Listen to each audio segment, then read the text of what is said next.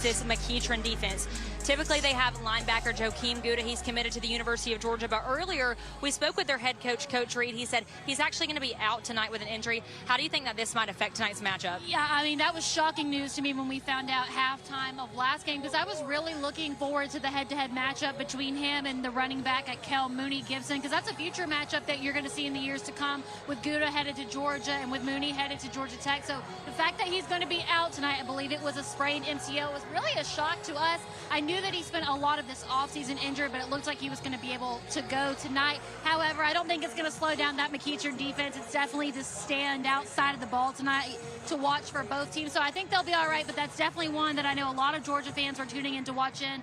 But as of right now, we don't think we're going to see Ghsa out on the field. And Kaylee, I want to talk about this Kell offense for a minute. So earlier we had the opportunity to also catch up with Coach May. Typically they have Mooney Gibson in the running back position. He actually went down late last season with an injury, but he's expected to return tonight, just not be 100%. Yeah, that was one of the ones that we had absolutely no clue what the status was on Mooney Gibson coming into this game. Because if you'll remember, going back to Kell's semifinal performance last year, about midway through the game, Mooney Gibson goes out with a broken leg. He spent a lot of this offseason healing, so he had limited reps to get ahead of this game tonight. But talking to Coach Bobby May before the game, he said it looks like Mooney's going to be able to be good to go. We don't know if he's going to be at 100%, but they're certainly going to give him a shot on the field tonight, especially playing a tough competitor in McEachern. And that is a huge piece to get back for the Longhorns when you think back to last season. A little over 1,900 yards on the ground, 24 touchdowns. He is the primary piece of this Kell offense, and if they want to have a chance against that McEachern defense tonight, Mooney Gibson's going to have to be at least at 80%. And Kaylee, going back to last week, tonight's actually our day 3 of our Corky Kell Dave Hunter Classic. Last week we were at Mercedes-Benz Stadium. It was much cooler there, but one of these matchups we got to see Roswell versus Walton. One of these players you got to see was offensive tackle Miller Westerfield for Roswell. He's also committed to the Dogs. What do you see from him? Yeah, it makes sense that we're talking about all the Georgia commits, right, with Kirby Smart right behind us here to watch Casey Barner of McEachern. But yeah, I was really impressed. He can play anywhere on the line. We saw him at right tackle, left tackle, and on both sides of the interior. I thought the hustle was there, and certainly looks ready to play at the next level for the University of Georgia. Well, Kaylee, I know we have a great matchup coming up right after this. That's going to be McEachern versus Kell. Stick around. Right after this, we have football coming up. We're so proud to be the title sponsor of the Corky Kell Dave Hunter Classic. Build your future today. Find your team. We're so proud to be the title sponsor of the Corky Kell Dave Hunter Classic. Build your future today. Find your team at GeorgiaConstructionCareers.com. Stay tuned. Kickoff's coming. Live from Atlanta News First, this is the 35th annual GeorgiaConstructionCareers.com Corky Kell Dave Hunter Classic, presented by IBEW Local 613. Good evening, everybody. Welcome into a steamy stockyard on the campus of Kell High School here, where the Kell Longhorns are getting ready to take on the McEachern Indians in the second half of our doubleheader of night 3 of the Corky Kell Dave Hunter Classic, presented by GeorgiaConstructionCareers.com. Happy to have Rusty Manziel along with myself, Brandon Adams. We expect this to be an outstanding game. It is a game, though, where injuries are going to play a big storyline here. We just heard Kaylee Manziel talking a moment ago. Ghsa, the outstanding linebacker, committed to Georgia, who we expected to be a big part of the attack for McEachern defensively, apparently not going to play, according to Coach Kareem Reed. But have no fear if you're an Indians fan, Rusty. Still plenty of talent for McEachern, including a guy who showed out in last year's Corky Kell Dave Hunter Classic, the now junior Casey Barner. If you think about it, we saw him 2 years ago on this field making his freshman debut playing for Douglas, and now he's over at McEachern. This is the #1 player in the state of Georgia for Rivals.com in 2028. Listen, I'm going to show my age. Reminds me a lot of Greg Reed from Lowndes. This is a nickel-type safety. He can hurt you big time in the return game. Punt return, kick return, very good, dynamic player. I think everybody's going to be impressed tonight with the #1 player in the state of Georgia for next year's cycle, Casey Barner from McEachern. Big impact for a McEachern team that went 10-0 in the regular season. And if you saw him last year, Mercedes-Benz Stadium scored a touchdown 3 different ways in that coming out party for the Indians a year ago. They played a bunch of young guys. They're a year older now and much more dangerous because of that. Looking great, by the way, with the gold helmets and the blue jerseys as the sun starts to set here just a little bit. This is a fantastic uniform game. Kell Longhorns look outstanding as well. And their big player, AJC Super 11 selection, the running back Mooney Gibson, also is Landon and Kaylee we're talking about. His status tonight uncertain. horrible injury last year that cut his postseason short and obviously contributed to Kell's season coming to an end after making their way to a state semifinal berth. Big run for the Longhorns in the playoffs a year ago. Gibson coming back now for his senior year as a Georgia Tech commitment. How much will we see him tonight? We don't quite know, but we do know this. No matter how much Gibson plays, Kell's got a lot of action on offense, including Brock Burris, the wide receiver committed to West Virginia. Yeah, Kirby Smart's here. He's able to be here tonight because his nephew, you see number 3 right there, Brock Burris. This is a 6'5" wide receiver. He's been a little bit banged up over his career. He's also a great baseball player. See Robert Edwards right there. Got to see his son play the game earlier. But you start talking about Brock Burris, committed to West Virginia. This is a 6'5" guy, high-level baseball player, going to play both at West Virginia. So Kirby Smart is in the building to watch his nephew and a fantastic football game on top of that. We got to change sidelines over there. Sister, get on him for that. He's on the wrong sideline.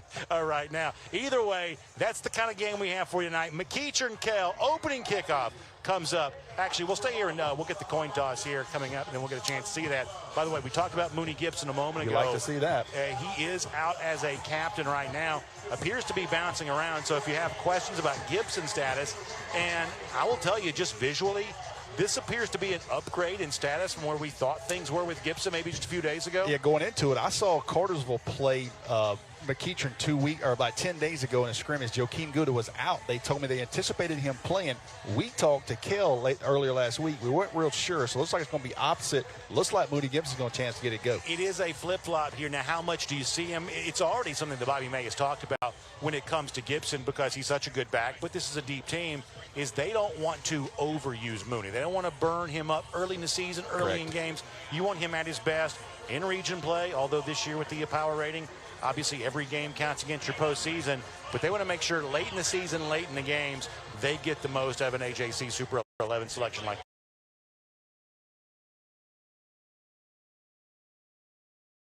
that. No question, man. It goes through him, and it has since his freshman year. I remember the coaching staff here was like, hey, Rusty, we've got one. He didn't disappoint. We got a chance to see him as a freshman in the Corky Kell Classic, Dave Hunter Classic. So it would just be good to see him and glad to see him back. But a lot of talent on the field. Talked to Coach May a little bit, just a little bit before. And listen, he's confident in his guys. He knows what he's facing on the other side, but Kell's not going to back down from anybody. A couple people asked me today, is this going to be a game? And I said, yeah, it's going to be a game. Yes, you see Kell, they're not afraid to play anybody, and they're going to open the season up with a highly talented team in McEachern. And by the way, we've talked about all the former dogs that were, for instance, coaching for Clark. That's a large Classic, Dave Hunter Classic. So it would just be good to see him and glad to see him back. But a lot of talent on the field. Talked to Coach May a little bit, just a little bit before.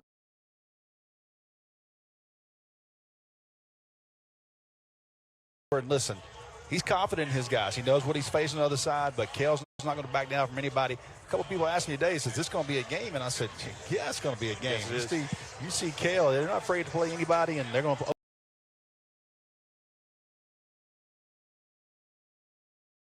open the season up with a highly talented team in McEachern. And by the way, we've talked about all the former dogs that were, for instance, coaching for Clark earlier. They continue to roll through here. Julian Rochester, the former defensive lineman, now back at McEachern on that coaching staff. Great memories of his time here. And by the way, the Kell Longhorns will now make their way out of the center tunnel here at the stockyard, and they will come all the way around with getting the cowbells and the cheers and the celebration here. Quite a scene for Kell as they get ready to come on the field. Quick timeout for us. Y'all, you can feel the tension. It's starting to build. This is a big football game on a Wednesday night, so stay with us on Atlanta News First. The Corky Kell Dave Hunter Classic is brought to you by GeorgiaConstructionCareers.com. Find your team. And presented by the International Brotherhood of Electrical Workers, Local 613. Electrify your career. You ready? Let's move the chains. Protect the quarterback. Find the open man. Cross the goal line.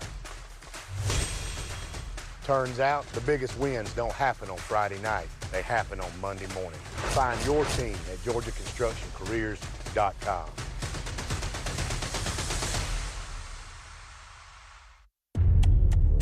Vision. Commitment. When those become partnership, powerful things begin to happen.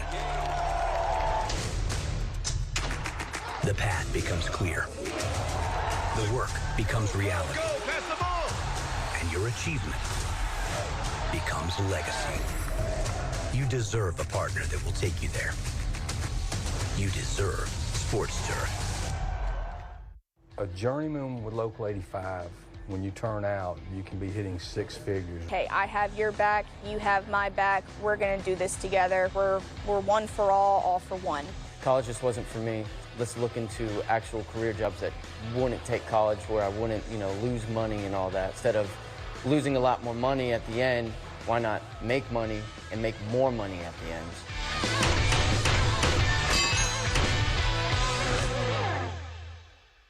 When your termite bond renewal comes in the mail, do you cringe wondering, how much more are they going to charge me now? Switch your termite protection to Breda Pest Management, and your termite rate is locked in for 10 years. And if your current service doesn't inspect inside your home, better get Breda. They inspect inside and out. Breda guarantees your protection and will lock in your termite rate for 10 whole years. Breda,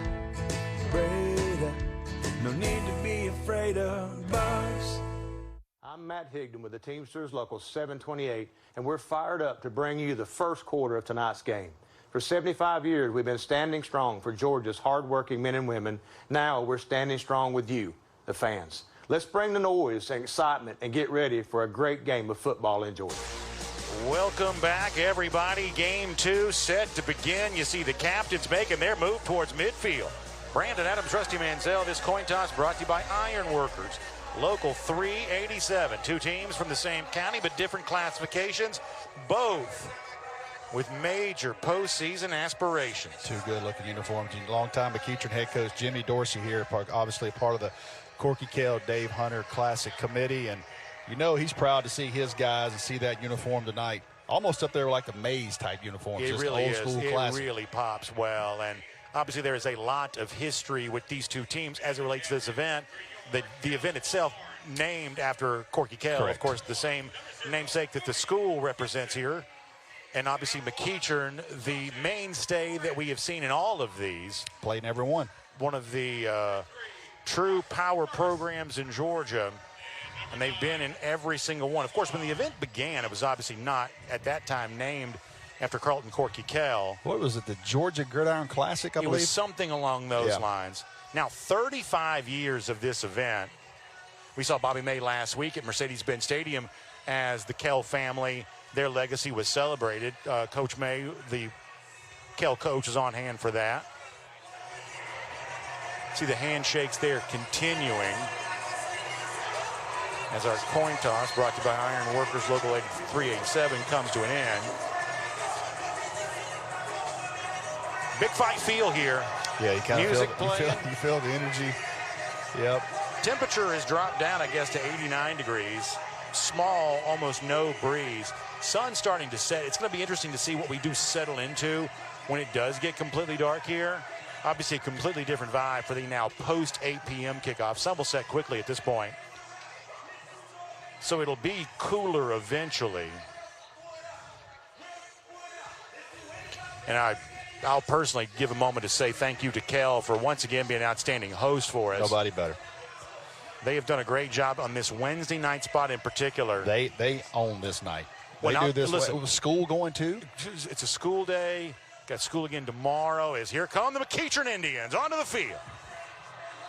Kareem Reed, how about the back tuck there from one of their guys? I got to give a Georgia Tech shout out now. Jonathan Dwyer, long-time great Georgia Tech running back here on the Kell staff, does a great job helping with their recruiting and exposure to those guys. I know he's excited about having his guy here, Mooney Gibson, committed to Georgia Tech. Coach Dwyer came over to say hello to us, and his Longhorns now take the field too. The burnt orange popping from them here tonight. I was saying this a moment ago, so for our first game, before the game began, you're trying to get the scoreboard set up, all this stuff. You had Kell coach Bobby May several hours before. He's coaching a pretty sizable game against an undefeated team from a year ago. He's up here doing game operations. He's having to get the scoreboard going. I mean, people don't realize what these coaches do. We'll have to check his shoe game because I know the shoes he had on earlier were not the ones he's going to wear, and he always has a surprise. Both of these coaches right here, I challenged them at the luncheon. I said, these two guys right here will always have good, strong shoe game. We'll see what they're wearing and here tonight. We thought wardrobe changes from coaches pregame was over in the state of Georgia. I promise you, these two are going to bring it tonight.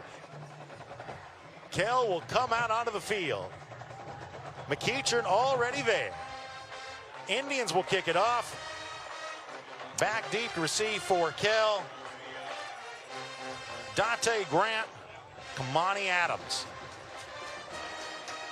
Got a chance to see McEachern a couple weeks ago, again against Cartersville. Very good game, very tight first half. And McEachern came out second half, scored to I kind of take the lead with the starters, but two teams I think are going to have big seasons, and certainly both of these teams, I would not be surprised to see either one of these teams playing in late December down in downtown Atlanta. As the sun sets, Wes Sheehan will kick it away, and we are underway. Game 2, night 3 of the Corky Kell Dave Hunter Classic. Returnable inside the 5, running 10, 20, now 30, on feet 40, midfield and more. Big game to begin the game for the Kell Longhorns. Into Indian territory to get this one started. Number 4, I believe. Yeah, nice run there by Kamani Adams. Again, we talked about it earlier. The first time they have done live kickoff tackling.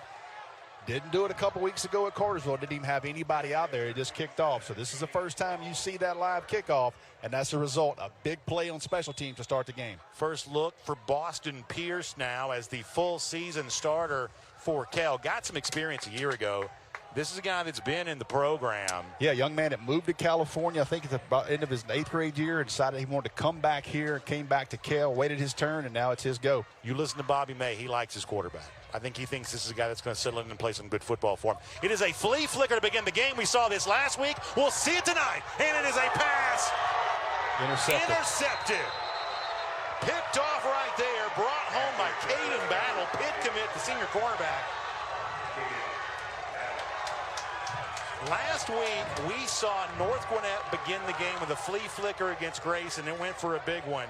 Kell tries it here, but it turns into a Yancey Power Systems turnover as Battle gets the interception on the pass that was intended for Brock Burris. Yeah, but they spot down the one.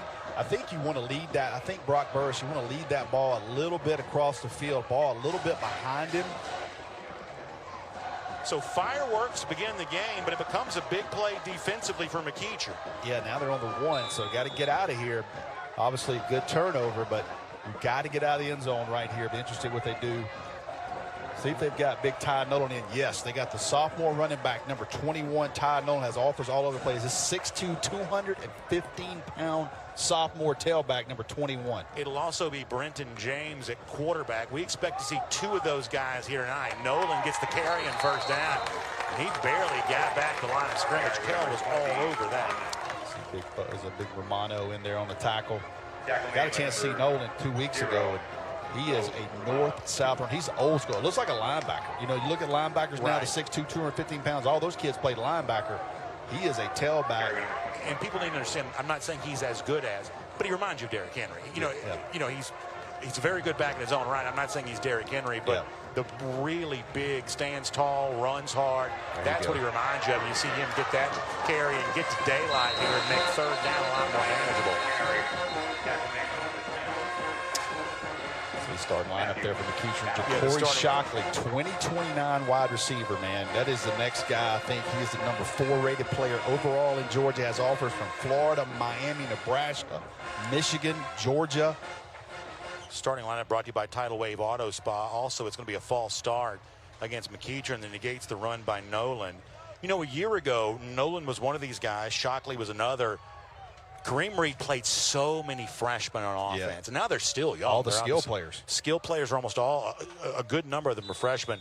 They're still young, but boy, they've got a year's worth of experience under their belt, and they're that much more dangerous because of it.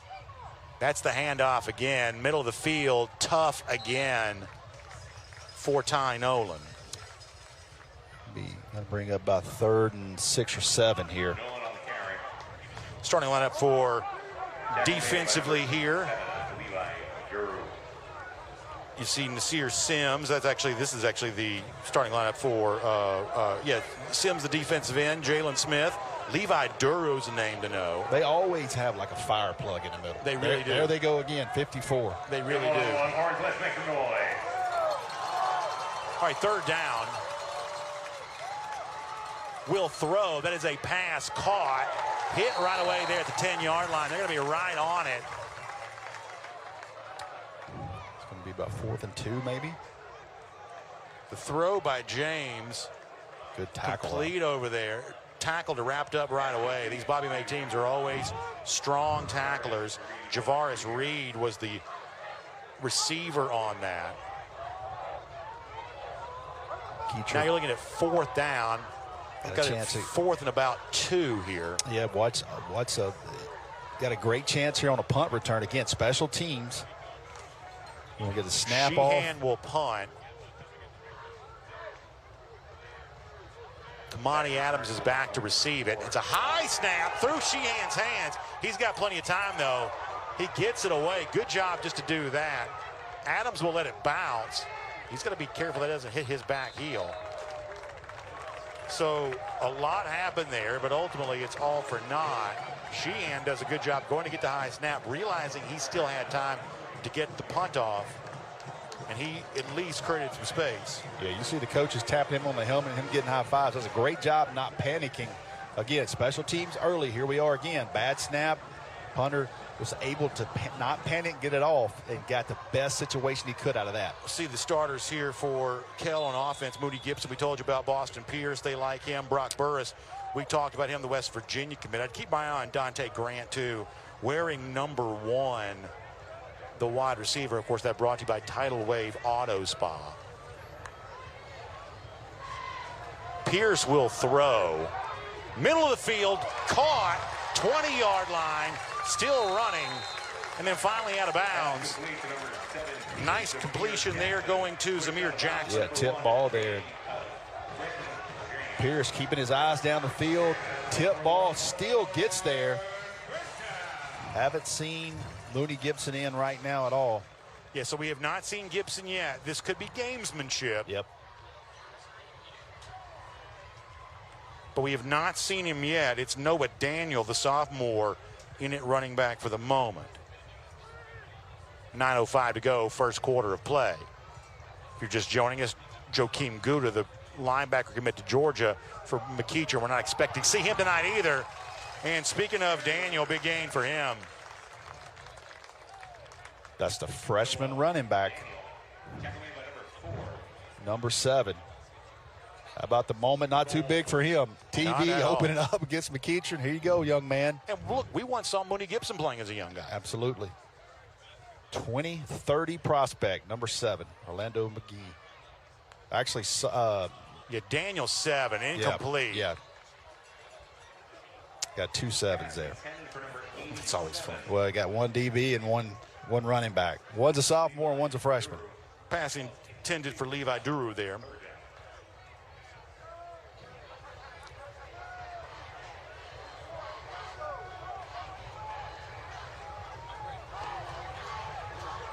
See if they get Burris. I got him spread way out past the numbers. See if he gets a ball up top. He's the left side of the formation, top of your screen. Handoff, wrapped up, now shaking free, and then second wave of McEachern defenders going to be there to bring him down. Handoff to number 7. Good play there by Dacario Dryden. Dacario Dryden, I mean to say. 6'1", 225-pound junior defensive lineman with some penetration, gets up, stops that play. And that's going to bring on a field goal try now for Kell. It'll be a 29-yard kick. Dante Grant will be the one that tries it. And it's good. So that makes the score 3-0. Kell capitalizing here. Early lead, playing at home. McEachern gets a chance to respond. Stay with us, everybody.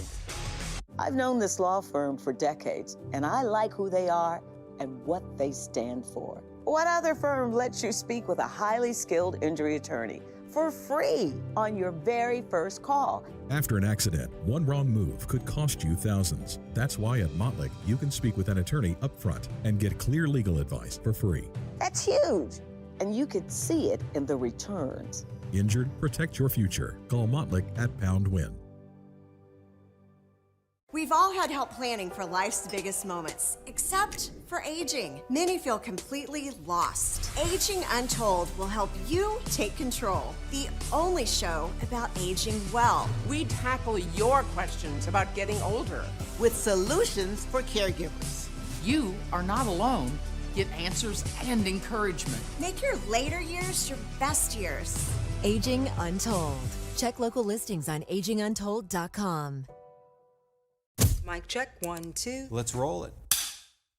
I'm Lee Zurich. I'm Tisha Powell. This is Investigate TV Plus.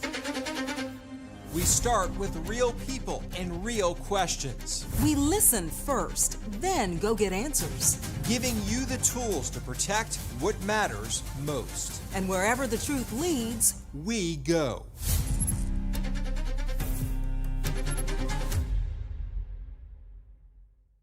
That's also a power move. Morgan & Morgan. Welcome back, everybody. 3-0 is our score. Kell up right now after a field goal a moment ago. McEachern getting a chance to go back on offense here once again. Good crowd right there on McEachern's side. Yeah, a lot of folks traveling over from Powder Springs. It's a intra-county battle here in Cobb County. See the McEachern band showing up. They always have a large contingent with their marching band, too. Kell Longhorns always have a good crowd for their games, including on these Wednesday night affairs. It is a high short kick, fair caught inside the 25, and that's where McEachern will go back on offense. Yeah, not getting that ball anywhere near Casey Barner. I don't blame her. Barner is electric in the kicking game. 3 touchdowns, 3 different ways in our Corky Kell Dave Hunter Classic game played Mercedes-Benz Stadium a year ago.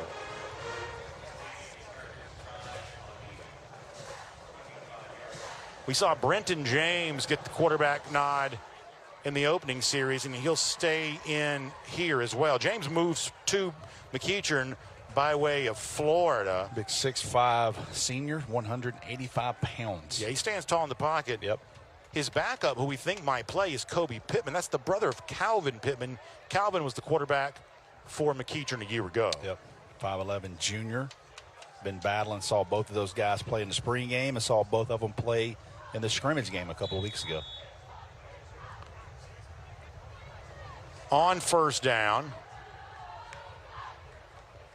High snap. Pitch there. That's Barner getting him involved. Actually, no, that is not. Number 8. That's Javaris Reed. Javaris Reed getting in on that.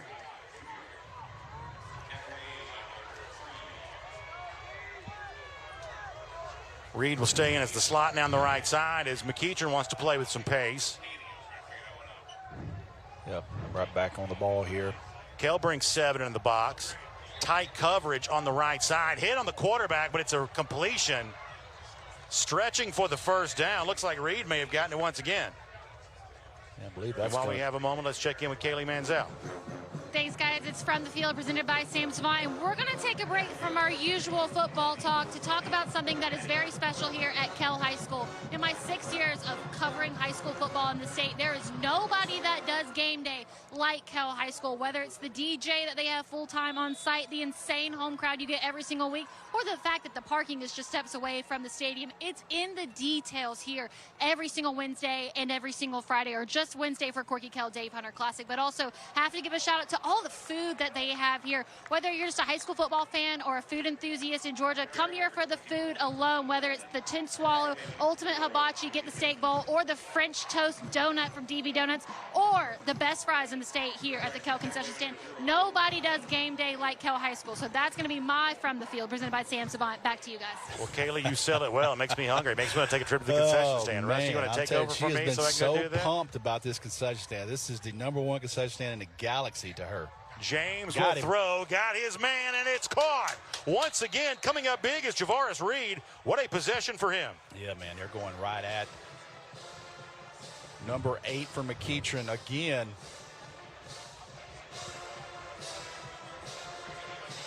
Nice route to create space for himself.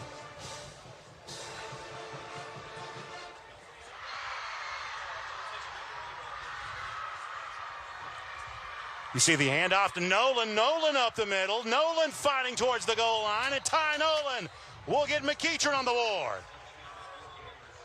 Sophomore running back would not be denied. That is a big young man. And you'd love to see this. Get north-south and then finish it off. Breaking tackles, keep pumping your legs, land in the end zone. Nice job up front blocking. But when you got a 6'2", 215-pound sophomore, he can do things like that. 4-star junior.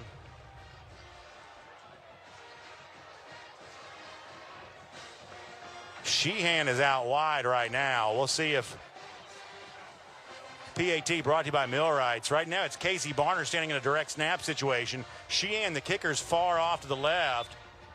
They are going to go straight to Barner. Barner gets a block. You cannot stop that. No. I don't know what you do about You're that. going to have to realign on that one because you can't have two in space.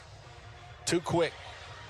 Sometimes we see, maybe they had a legal formation, but sometimes we see the kicker come from the far side of the formation and just step back there and kick, basically showing the muddle huddle and then stepping out of it.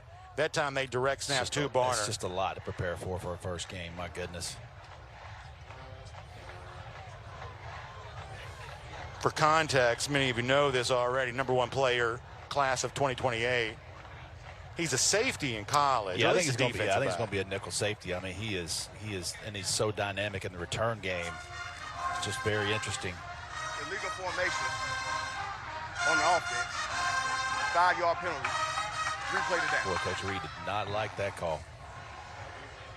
So now they will try the extra point. Are they going to say not having 7 on the line of scrimmage? Is that what they're going to say there? What they got there, but boy, the McEachern sideline was very upset with that call. They were trying to argue their case there. So now it's Sheehan will try the PAT from 5 yards back, more traditional. And now it is going to be a fake. Bad snap. So it's not a fake, it's a bad snap. And then, so McEachern goes from getting 2 points, settling for a traditional PAT try after the penalty, to now getting nothing on a low snap. Special teams, big kick return, bad snap, called back 2-point conversion, and then a bad snap on extra point early. Yeah. Speaking of McEachern, we'll take a look at their resume presented by GeorgiaConstructionCareers.com. Load of a talent here for this year. Ghsa won't see tonight. Nolan just had the touchdown. Barner will try to make an impact in this game as many ways as he can. They were undefeated a year ago in the regular season. Surprised with a first-round upset in a rematch situation, but also, as we said, for Kareem Reed's team, very, very young last season. Yep. Still young. Still young now. Of course, all that brought to you by GeorgiaConstructionCareers.com. Kareem Reed now in his 4th season, believe it or not. Feels like he just got here. I cannot believe that. I mean, that's more shocking to me than David Perno being at Clark Central for 11 years. Had been at the University of Florida prior to that. Central Florida, then University of Florida. So Sheehan will now. Did a great job at Westlake before taking the collegiate level, too, as well. Which brings us back full circle because that is also where Bobby Mays wants to coach. Yes. So now you're updated on all the resumes. Hey, we're here. Sheehan's kick is a high one. Returnable for Adams. He had a big return early. He's going to get a big one again. Ooh. Going across the 30, up near the 35. He has been electric on both of his touches. I tell you what, Nash Johnson, Auburn defensive back commit, number 24. If he don't get a tackle right here, watch him come in late. If he don't get him, that's another huge play. Yeah, Auburn's got a couple in this McEachern defensive secondary. Nasir Banks as well. Yep. Every time I see a defensive back named Nasir, I want to call him NASCAR, going back to the old days of Nasir McCoy at Buford.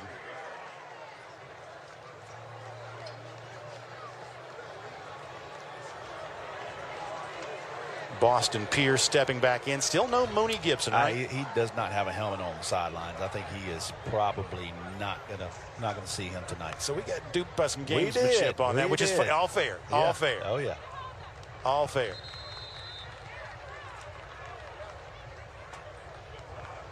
It is all fair when it comes to that. The chatter coming out of this part of the world for a few days, though, was that Gibson was likely not to play. It was actually a little bit of a surprise to me to hear today that he might. And maybe he comes in late. Who knows? Seems unlikely, but.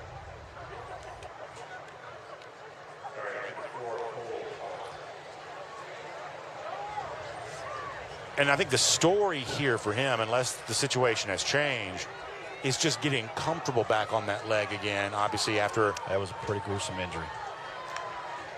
On second down, Pierce setting up a deep throw. He's got a man. A lot of contact. It's incomplete. Really tight coverage over there. And you see this Kirby Smart's nephew, the attempted pass there. Brock Burris had him. The ball was a little bit underthrown, just a little bit too much air. Burris ran by the defensive back, had to come back and get it. It's Quinn Pollock on the coverage. But you see number 3 and how good he can be. By the way, good look there, Kirby Smart on the sidelines here. Having a good time tonight. Two legends side by side, Kirby and Jordan. Hey, I'll tell you something, that's the best red hat in America. And I'm not talking about that visor. The red hat being the one that brings us back in from our television timeouts. Pierce throwing, that's a pass complete. 40-yard line, fighting for it beyond that. Getting enough for the first down. Hey, man, like good job by Dante Grant. I like him, senior. Yeah, I like him as well. Good job there. Moving the chains, man. Help your quarterback out a little bit, get some things going.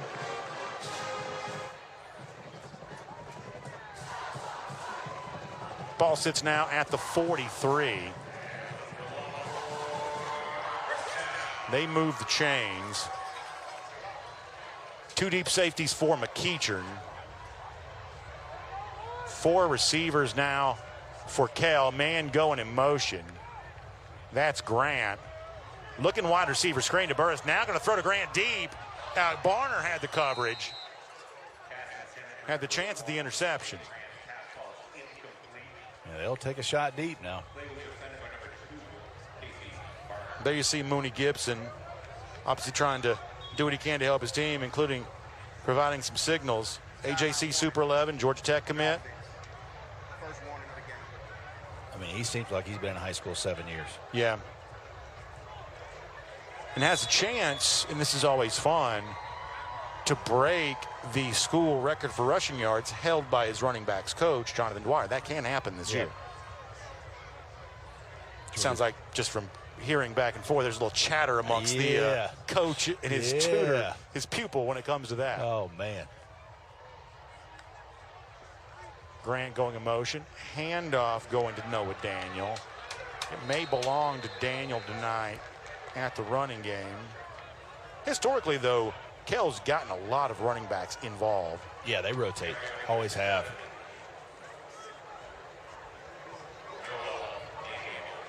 Different than the Texas uniform, the black stripe going down the middle of the Kell helmet. I really like that. We talked about Coach Jim Dunn earlier. Great shout out his direction for, I know he enjoyed his black stripe on the Georgia helmet during his time as Georgia coach. Nice little black stripe going down the center of the Kell helmet there. All right, it's third down.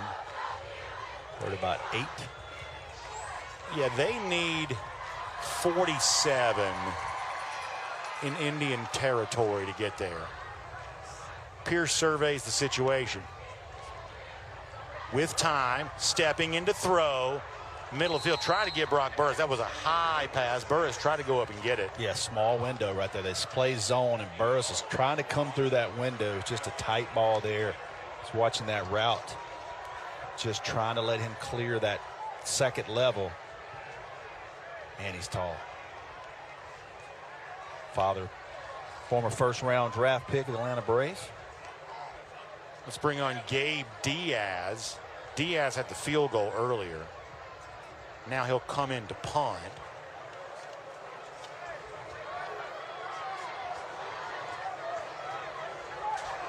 The dangerous Barner is back there. They're going to try to kick away from him. Yeah. It's going to bounce and roll. Let me tell you, he's been death threatened this week. Like, you don't get anywhere near that one. That conversation's been had. I can promise you that. So they do keep it away. They'll settle for decent field position to keep Barner from touching it. So pretty good job there by Diaz. It is 6-3. Pretty good one brewing here. Good to have you on a Wednesday night. Beginning the morning you opened your eyes, we spent every waking moment preparing you for the day you'd leave our nest. Whether it's driving to practice or helping with homework, it's all prepared you for, what am I going to be when I grow up? Will you be ready? After much thought, I made my decision to take my talents to the IBEW Local 613. The International Brotherhood of Electrical Workers is not simply a job, it's a career. Visit IBEW613.org to begin a new future today. The Mechanical Trades Institute is an opportunity towards personal financial freedom through hands-on and rewarding work. Our school is completely free and gives apprentices the knowledge and skills required to gain access to a lifelong career path. Apprentices learn pipe fitting, plumbing, mechanical service, and welding. They earn money as they learn and graduate with no student debt. Start a career with the Mechanical Trades Institute and change your financial future. Northside Hospital Orthopedics is here to keep you moving with elite orthopedic, sports medicine, and joint care locations across the state. We'll be by your side because Georgia moves us, and we keep Georgia moving.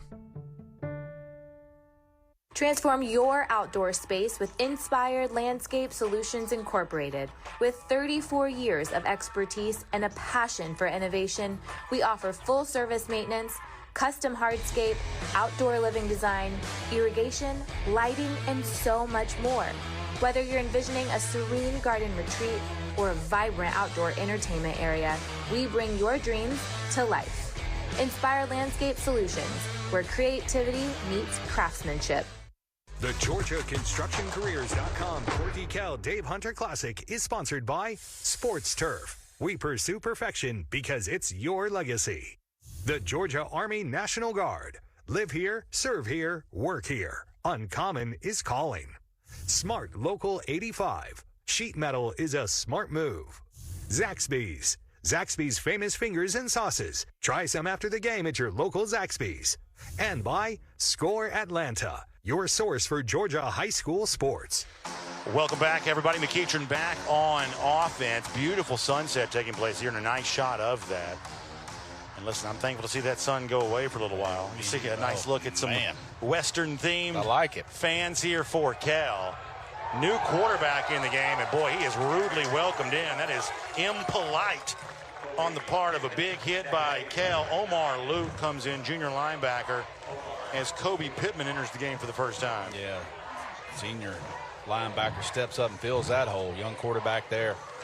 Try to get out of the pocket.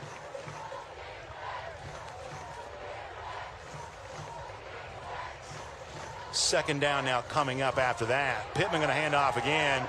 Nolan going to get wrapped up. Good job defensively right now. Including a nice little play there by Cole Horner. Tyler Knapp. I believe that was 25. Excuse me. Knapp. Yep. That's exactly right. Knapp comes up and makes that play. Tyler Knapp. Football player, man. Saw him last year. You know, Coach May is a hard-nosed coach, and I would say that he's very effective at projecting his personality onto his team. Yeah, look how little he is playing nose guard. Yeah, and you're right. They've had that. Was it Jay Barker? Was it? Man, his last name was Barker. You couldn't block him. Yeah, you really couldn't. Pittman looking to get on the run and throw. Is that a completion? Yes, it is. They're going to give it to him. Completion there. And another catch for Javaris Reed. He has been valuable tonight. I like this throw on the run right here. Rolling to your right, staring down pressure, still delivers that ball. They're going to get the first down. Yeah, Pittman looked comfortable on that.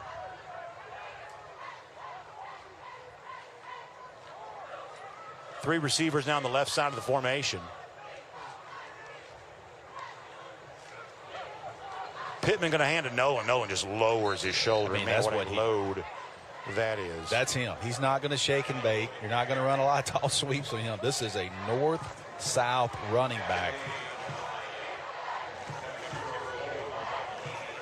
And man, he just, like, he leaned for 5 yards right there. Good size for what is just a sophomore. Two backs on either side of Pittman. Pittman going to hand off to Barner. That had been Barner's first carry of the game. I tell you what, Kell called timeout when they saw him in, too. Kell. Wanted to make sure they were adjusted right. So he's not exactly a perfect prototype as a player, but the way they used him a year ago, very similar, I would say, to how Tyreek Green was used. Kick return, running game, and everything like that. We go to Roswell last year. I think Tyreek Green against Buford had about 110 yards rush and had a pick six, punt return for a touchdown. Sure did. Similar games to what Barner done in the Corky Kell. Hey, switch your termite protection to Breda Pest Management. Your rate's locked in for 10 years. Breda's protected homes from termites for over 50 years. Protect your home with confidence. Breda, they handle bugs and critters. It's interesting, man. You don't see a safety as the #1 player in Georgia. You don't see that often. In a state that produces so many defensive linemen, that just tells you his impact. Now, he's just had a lot of questions on him, and I say, look, this guy, you are better with this guy. He just has a nose for the football, man. So let me ask you this, and he's still pretty early in his high school career for the most part. Yep. But you make the comparison like, say, a Caleb Downs or a KJ Bolden. Not quite as big. Different player, I would think. To me, a lot of comparisons to Boogie Green out of Buford last year. Just that type of player. Second down. Going to hand off to Nolan. Nolan finds a hole. That's Barner. That's Barner getting his first carry, and boy, he turns it on and shows you he's going to go to the end zone for a touchdown. That's Greg. KC Barner. And you see why I say Greg Reed? He touched the ball and it's to the house. Explosive. KC Barner shows you what it's all about.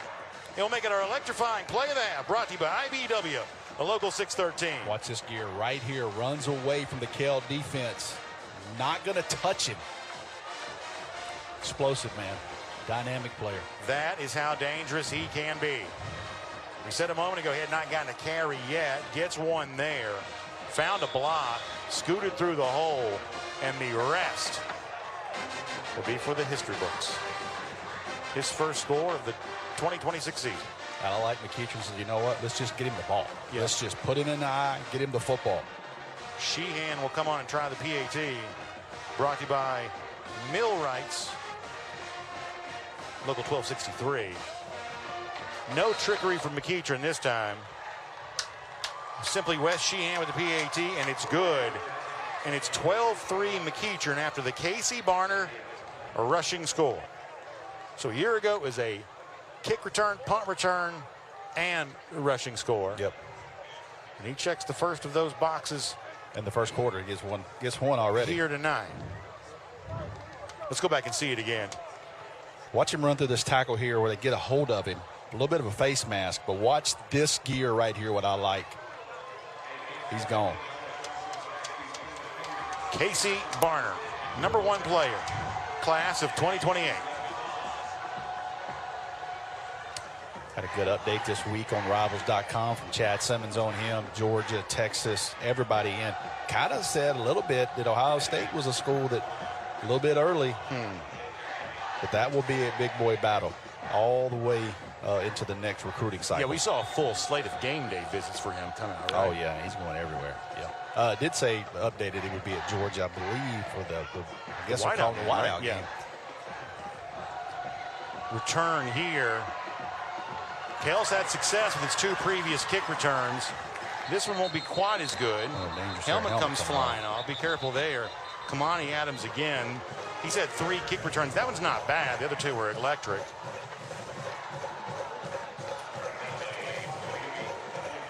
So this is where Kell, in what we believe is now the absence of Mooney Gibson in this game, their outstanding running back, power 4 level, commits to Georgia Tech. identifying who you are going to get the ball to tonight. We've seen them target Burris a couple of times. Dante Grant's gotten involved. See the resume for Casey Barner, 5-star. We made the comparison earlier between, like, say, KJ and Caleb Downs, those guys. You know, they were very big parts of their team's offense. Now, I think that Barner's going to be a big part of his team's offense, too. But just like this year, for Caleb sure. Downs touched the ball almost every time for Mill Creek a couple of years ago. And I would say that Bolton was probably Buford's best offensive player in his senior season for certain. You see the handoff going nice there. Run. Finding room to run. Nice start and stop. That is an underrated skill to have. And that's one that Dante Grant shows off well, taking the handoff there. Creative use of his skill set. So you're going to see 2 McEachern defenders come up, miss him, keeps running. Getting late here in the first quarter, probably the last play of the first quarter. Ball sits at the 40. Deep safety for McEachern.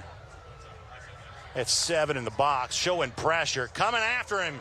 Going to bring the running back down on the play. That's Casey Barner showing he can also do it on the defensive side, ramping up and making a tackle.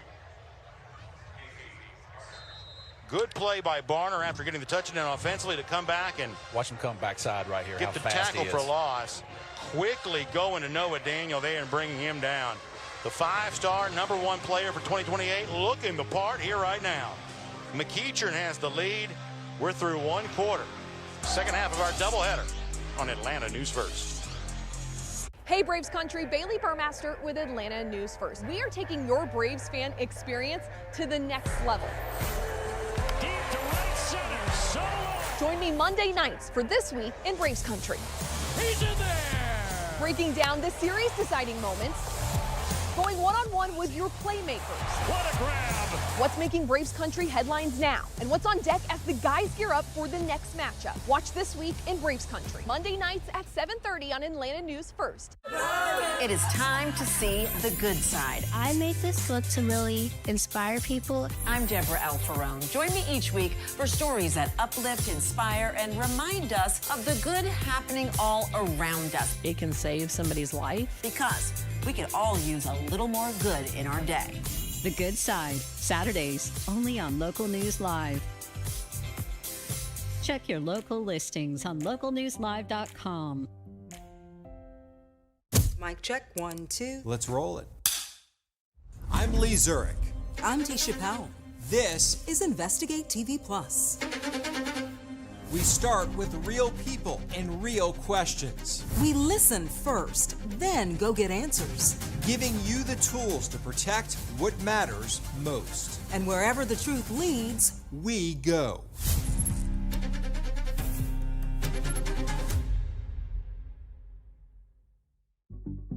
Vote and find an agent at amfam.com.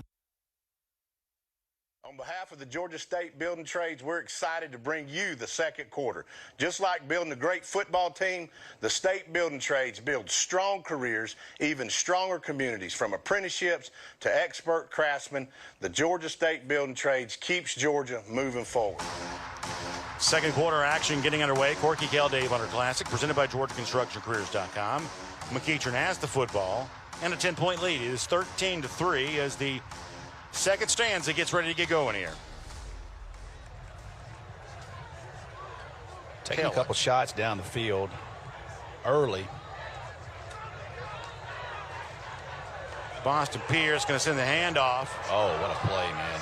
Another big play defensively from McEachern. Not much doing there for Noah Daniel. Number 6 that time.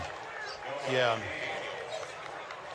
Boy, watch him show. Watch him get off the block.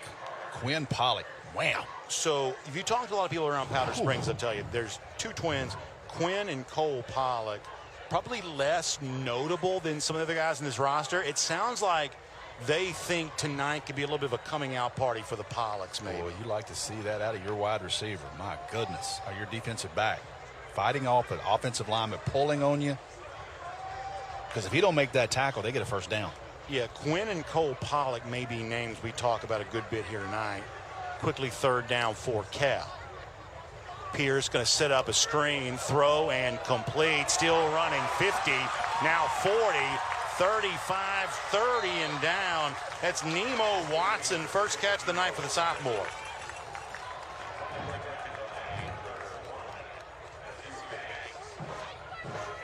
Good blocking upfield. Good job just cutting back across the field, finding that open window on a big third down conversion for Kell. They needed that.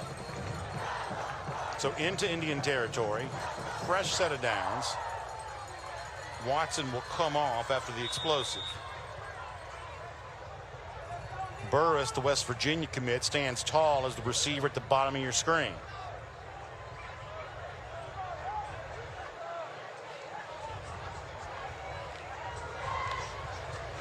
Pierce, handoff, hit right away. McEachern is aggressive behind the line of scrimmage. Another tackle for loss for them.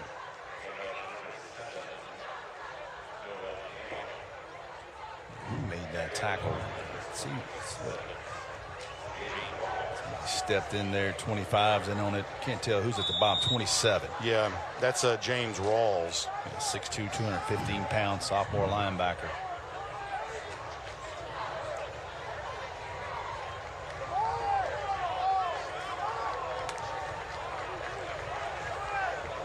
Run a lineman in late.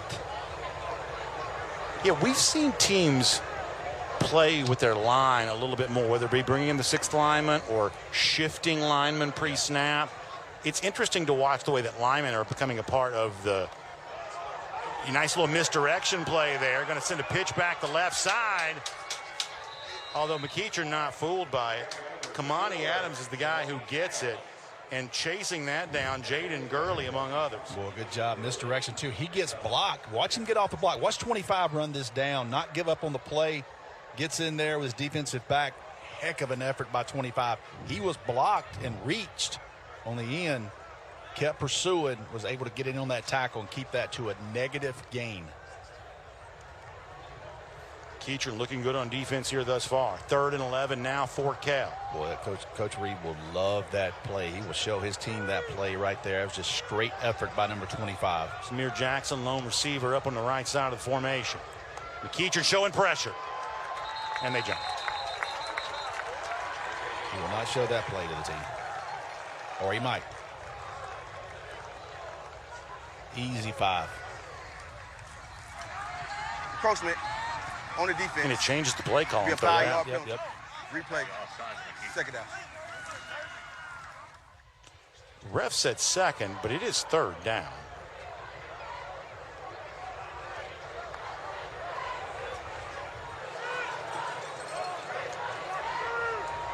About 3rd and 6. They're going to bunch the receivers here on the left. Formation. Burris signals across the formation. Fun one-on-one battle there. Now they're going to realign with Daniel going to one-on-one at the bottom. Pierce's right. They can go with Burris if they want to. Instead, it's going to be a handoff to Daniel. Daniel looking for a block and gets one. Stays on his feet, 20. Down near the 17-yard line. That's going to move the chains for Kell. Love this call. Come backside counter. See the guard. See both guards and tackles pull right there. They motion away from that, change the formation up, and come backside with a counter. And if you're an offensive lineman, you've got to be moving right there to be able to get in front of the running back and get that block. Boy, that penalty cost you there. Changed the whole dynamic of that play. You don't run that play on 3rd and 11. It's really one of the reasons we've seen the fullback go away from, like, say, college football, because the guards are now athletic enough they can get out there and make that block on their own. Or the H-back. Pierce setting up a throw. That's a pass. Caught. Tackled right away. Good play in open space by Nash Johnson. Watson's second catch, but Johnson wrapped him up immediately.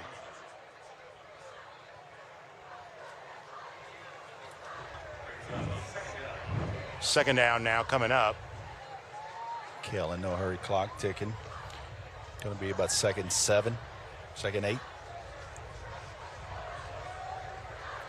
3 receivers left here. Couple of deep safeties for McEachern. Now they're going to creep guys to the box. Blitz. They're coming after him. Pierce recognizes it. It's deflected and intercepted. And now coming back the other way, it's Marley Underwood. Still running 20, 15, 10, 5, touchdown. New to the state of Georgia, new to the McEachern roster, making a major impact right away. Young man from California. Yeah, young man from California, transferred over to McEachern this year. 6'5", 215-pound edge defender. Got offers from Oregon, Ole Miss, USC. And look, it just hits him right in the hands, and he does the rest. Wow. That is a nice-looking football prospect right there. That is a big young man. Got the deflection, came out with the football. Said 250. They list him at 245. Excuse me, 6'5", 245. Looking good. Nice move from Los Angeles to Powder Springs. It is indeed the case. My goodness, what a football player. Junior prospect, named to know, biggest impact moment of this game thus far. Sheehan will try the extra point. It's good. Man. And it's 20-3. Man, that was quick. Underwood announces his presence. McEachern's got more talent. Big statement by the Indians thus far. We'll be right back after this here on the Corky Kell Dave Hunter Classic.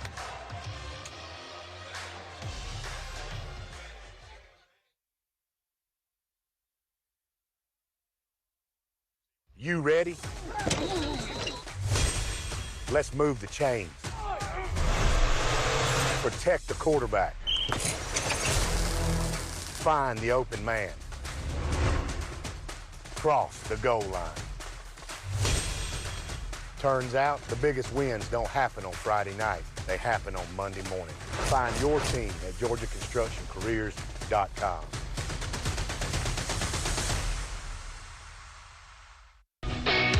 The Georgia Sheet Metal JETC equips apprentices with the knowledge and skills required to start a rewarding career in the sheet metal industry with programs in HVAC, industrial welding, and testing, adjusting, and balancing. Training is 100% free and allows apprentices to earn as they learn. Journeymen graduate with no student debt and have the potential to earn more than most college graduates. Visit our website to learn more about this opportunity at careersinsheetmetal.com. 4 dealerships, one name you can count on. At Hardy Family Automotive Group, we bring you more inventory, more savings, and more ways to drive home happy in a new vehicle. Shop tough trucks at Hardy Family Ford, premium SUVs and performance at Hardy Chevy GMC, huge selection at Hardy Superstore, and quality pre-owned vehicles at Hardy Resale. And with Hardy Mobile Service, Hardy rolls to you. Hardy Automotive Group, different roads, one destination. We love you and we need you.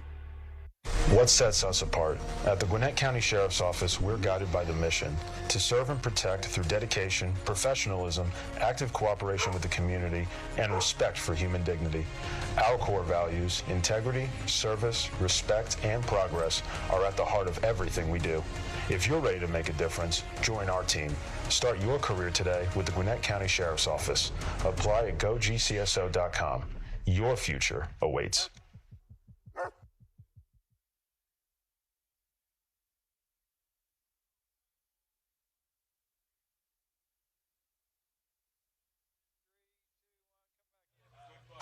All right, welcome back, everybody. You see the score, 20-3 for a McEachern team that's been a staple in this event. 35th appearance. They've been in all of them for the Corky Kell Dave Hunter Classic. 15-19 overall. A winner versus Walton a year ago in what was a coming out party for Casey Barner at the time, and maybe the Marley Underwood coming out party here after that. Interception return for a touchdown. This kickoff brought to you by Zaxby's. We do have a note to give you, though, on Kell. We'll give it to you after the kickoff. Perhaps some interesting drama on their side. I mean drama in a positive way on their sideline. Short, low kick after Adams has had 3 really good returns. That ball's up for grabs. And you see this a lot. They had given up big kick returns, decided to kick it short. What's the worst that could happen? And all of a sudden it turns into a pinball machine, and now it's anybody's football. I have not seen a signal yet. It's hard to tell who got back on it. It's a big call. 2 referees, they're talking about it. Kell got it. Was able to hold on. Ooh, big play there. Sheehan, boy, he got that bounce. He got on top of it, got the ball off the turf, and that's a pretty good onside attempt from him. They'd given up a couple of big chunk plays. They just decided they weren't going to kick it deep right there. Yeah, Adams had 3 kickoffs. The third was not stellar, but the other 2 had been really explosive. Yeah. We also were talking during the break that Mooney Gibson, and it looks like Gibson wanted to come on the field. So Gibson is standing. Yeah, he's trying. You don't see him on the screen here, but right down there, the bottom right-hand corner, that is Gibson almost campaigning to go in the game. Yep. He has his helmet on. Did not have it earlier. And if you don't follow high school football week to week closely, that's a Georgia Tech commit. Probably the most explosive player on this Kell offense. AJC Super 11. This is a guy that they would, and you see the numbers for him, huge a season ago. So we had basically resigned ourselves to not seeing Gibson in this game, but that may not necessarily be the case anymore. His helmet is on, but as of now, this McEachern defense remains stout, as you see James Rawls come up happy after that one. Yeah, during the timeout, he went and put his gloves on and his helmet. So we'll see, but right now, Kell's got to get some things working, and boy, that pick 6 killed some momentum. See if they can get something right here. Plenty of time, 6 minutes, 48 seconds and a half. Done some things pretty good offensively. It is Grant in at tailback now, a part-time receiver.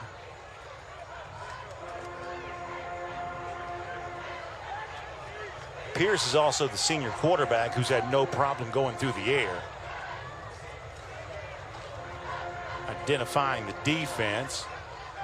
Man here goes in motion. Pierce will throw. Man, he is there. Barner comes over, though out of nowhere to make the interception. This, folks, is Casey Barner. Closing speed, ball in the air. He just wanted it, and he went and got it. Brandon, you see those football players that just have a knack for it. He goes and gets it. I thought the receiver was open. Yeah. So Barner's got a tackle for loss, a rushing touchdown, and that interception there. It's a turnover powered by Yancey Power Systems. And I don't know if that's one of the old Deion Sanders things where you bait the throw, or if he just saw the ball in the air and that's just how quick he closes. Yeah, he closed. Maybe that's just skill, man. Maybe coffee's for closers and he's drinking plenty of it. I tell you, he is something else, man. Pittman remains in at quarterback. Javaris Reed on the carry. Tyler Nat had the tackle. Kell needs a stop right here. While we have a moment here coming up on second down, let's check in with Landon Knight. Landon Knight reporting live from the sidelines presented by Berkeley Access. Earlier this week, I caught up with McEachern's Coach Reed, and he said this summer for team bonding, he took the team to Greensboro, Georgia, put them in cabins, and the best part, he collected their cell phones. But he said that it brought the team much closer, and when the players got back, they admitted that turning in their phone wasn't so bad. Brandon? Yeah, I tell you, Landon, you're right. He really bragged about that experience. The players sound like they loved it. Casey Barner in particular sounds like he had a great time. They're out there playing kickball and, you know what I loved about it? Each side of the ball had to cook dinner for the other team. I love that. Bo Romano, nice play for Kell defensively there. It's a big play right here. Kell can get off the field. 3rd and 15. 3rd and 16 maybe. Pittman at quarterback takes the snap, setting it up. That's a whistle blew. It would be a big play for Carlos Barneman, but the whistle blew. I think they're going to say the play was dead before it started.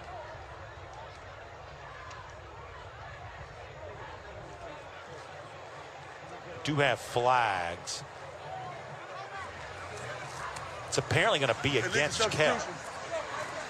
On the defense. That'll be a 5-yard penalty from the previous spot. Replay, 3rd down. Did Kell have 12 guys?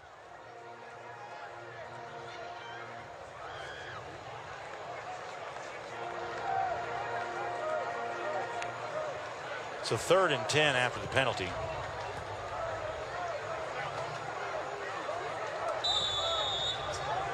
4:55 to go. They get 3rd and 12. Nolan's the tailback. Barner is going to slip into the game here.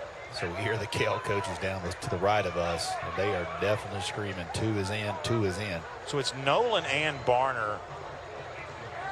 2-back look for McEachern. Whistle blows again. And now Kell just wanted to make sure it's almost like a basketball thing of they got the look offensively. Now they want to talk about it. Oh, what's a gigantic 3rd down. Oh, yeah. And oh, by the way, when 2 come in, things ramped up pretty quickly. And listen, 20-3 sounds like a large lead, but we're 1 play away from this game completely being different. Yeah, so no question. Obviously, this is a huge 3rd down coming up the Longhorns. Of course, 18th appearance all time for Kell in the Corky Kell Dave Hunter Classic. This resume look brought to you by GeorgiaConstructionCareers.com. Incredible playoff run a year ago, winning the region, making all the way to the state semifinals. And you really get the sense that for Bobby May now going into his 5th season here at Kell, he's really established himself. I think he's really planted strong roots with this program. You can just tell his personality just emanates from everything around here. Yeah. Yeah, man, he is just he's one of those coaches, man, that just sees the bigger picture. Like I said, he's up here working on the scoreboard. Right. That's exactly right. Very calm demeanor. Even during games, you see him. Always seems under control. It is interesting how he does maintain that sense of composure. So Brent James, the quarterback. We've seen both play for McEachern tonight. It's James now. Going to be a handoff up the middle. That's Barner diving for it. He's still going to be a little bit short. That's going to bring out 4th down, but even that is just so dangerous. Explosive, man. Quick.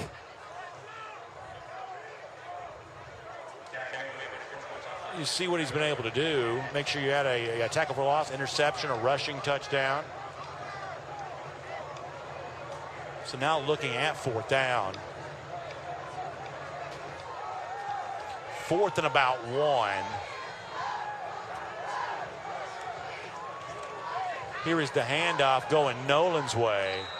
And Nolan just gets it easier, but you got to go back to the Barner rush on 3rd down. Yeah, got 9. Got 9. That's a very difficult thing to stop. When you get a 215-pounder coming at you downhill. Now clock moving, 3:37. McEachern maybe pulls on the brake here just a bit. Kell got a player down. Yeah, you do have, I don't know if that's 0. Cramping situation. Yeah, that's Bo Romano. Romano had a play earlier.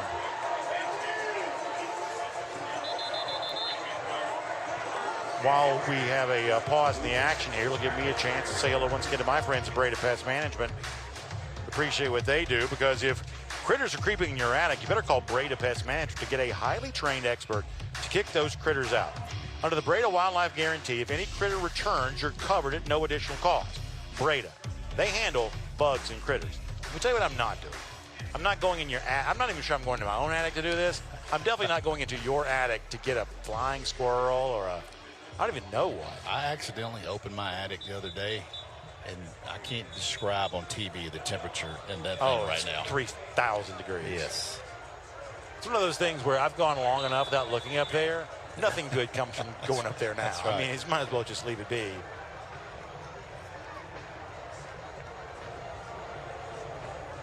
There you see Bobby May. We talked about him a little moment ago. James, with time, looking to throw, will now run. He'll get positive yardage before going out of bounds. Daquan Akbar, one of those there to encourage him to step out of bounds. Boy, he missed one, too. He bailed a little bit early because the McEachern slot receiver came open. The McEachern coach to the left of us boy, they know they just missed one right there. So let's tuck that away. That was a touchdown had he just stayed in just a second longer.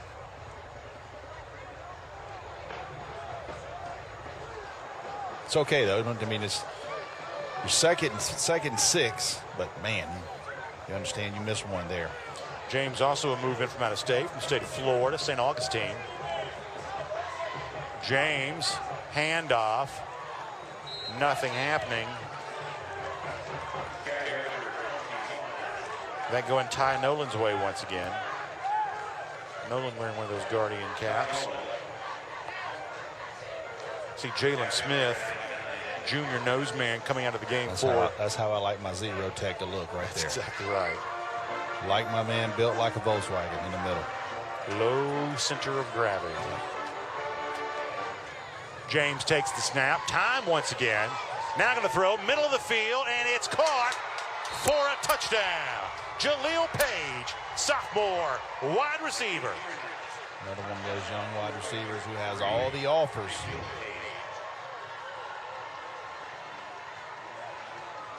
Just goes and gets it, two man. defenders. Yep.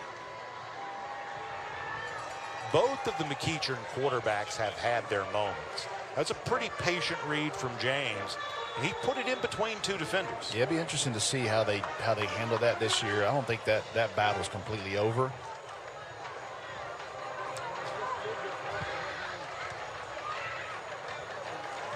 You see the kick, and look, we a year ago, and we talked to him about this last week, we saw Eric Godfrey play two quarterbacks They say he's never done it. For North Gwinnett, said he'd never done it. Kareem Reed says, I've never really done that either. He's Very not well sure if could. he wants to do it, Yeah. but let's see how both these guys keep playing. It's clearly working right now. We'll be right back. Hiring.com to apply today. We've all had help planning for life's biggest moments, except for aging. Many feel completely lost. Aging Untold will help you take control. The only show about aging well. We tackle your questions about getting older with solutions for caregivers. You are not alone. Get answers and encouragement. Make your later years your best years. Aging Untold. Check local listings on aginguntold.com. It is time to see the good side. I made this book to really inspire people. I'm Deborah Alfarone. Join me each week for stories that uplift, inspire, and remind us of the good happening all around us. It can save somebody's life. Because we can all use a little more good in our day. The Good Side, Saturdays, only on Local News Live. Check your local listings on localnewslive.com. One Morgan & Morgan for the people.com. The GeorgiaConstructionCareers.com Corky Kell Dave Hunter Classic is sponsored by Sports Turf. We pursue perfection because it's your legacy. The Georgia Army National Guard. Live here, serve here, work here. Uncommon is calling. Smart Local 85. Sheet metal is a smart move. Zaxby's. Zaxby's famous fingers and sauces. Try some after the game at your local Zaxby's. And by Score Atlanta, your source for Georgia high school sports. Beautiful half moon there over Kell High School here in the Stockyard. Longhorns fans, not a lot to cheer about right now, but it's still a beautiful night. 27-3 is the score. McEachern extending its lead a moment ago on a Brenton James throw. Boy, those helmets. Jaleel Page. Yeah, you love the Notre Dame look to that thing. You're right, shining on that gold. It's a short kick again. Upman fields it well. Smart play just to make sure you cover that up. That was Joel Edwards.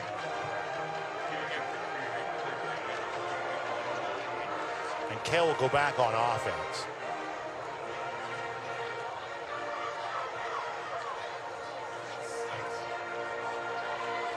So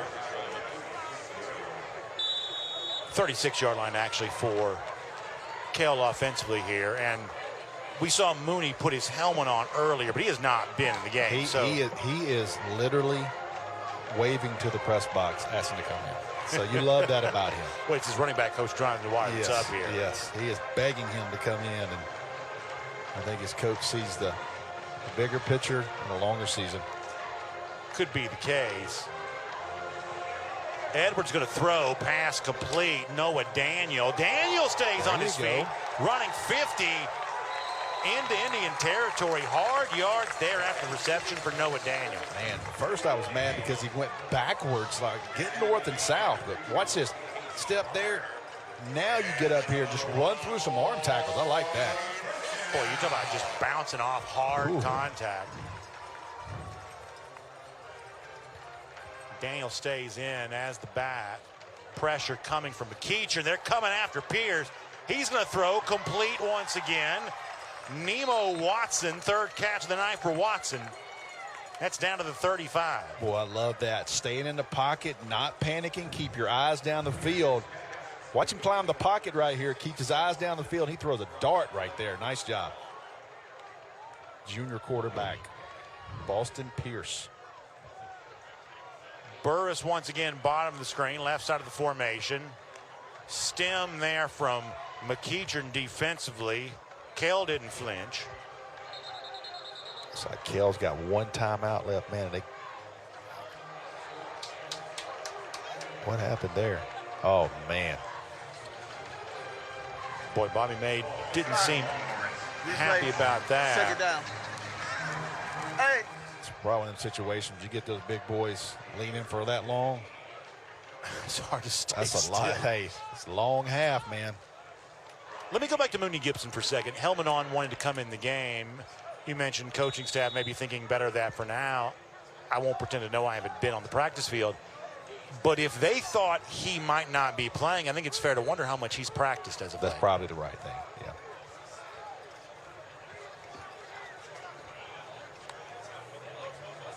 Pierce with time, looking, and incomplete. Dante Grant almost had a chance to make an over-the-shoulder play. Just couldn't quite connect with that. I like him, too. I think he's a guy that they can build some stuff around this year at wide receiver. And running back, too. I mean, we've seen him carry the ball, line up. There's Mooney Gibson again. I mean, he's not giving up. I mean, I literally saw him begging to the press box. A lot of these decisions are just made pregame. Yes. A lot of the, I mean, and I get the fact that he wants to come in. I'm happy that he does want to come in. But who's healthy enough to play and who's not, that's a decision that's made before the game begins. You see Grant go in motion. Counter. Handoff, big collision once again. They love that play. Yeah. Come back side. The two guards and tackles are pulling. The initial hit that time made by Mackay Rowe. I think it was Cole Pollock who came over and finished off the tackle. Clock running. Kell has one timeout, 40, 46, 45 seconds. You want to get Burris involved in a deep throw here? They've missed him twice. I think they've been under throw. They're man-to-man. You see him. He'll motion right. Barner's on setting him. back up a screen, coming back left. Got him. Got the running back. Needs he's one got block. a convoy in front of him. Big block, and he's going to go in and score a touchdown. Noah Daniel for the Longhorns.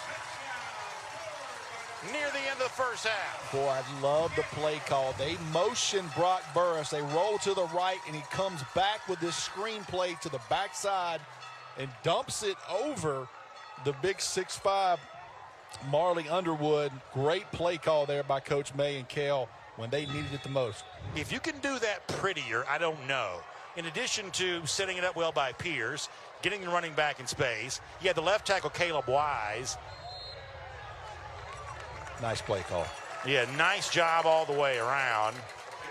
And Gabe Fernandez gets the PAT. Let's watch this again. This is football. Everybody to the right.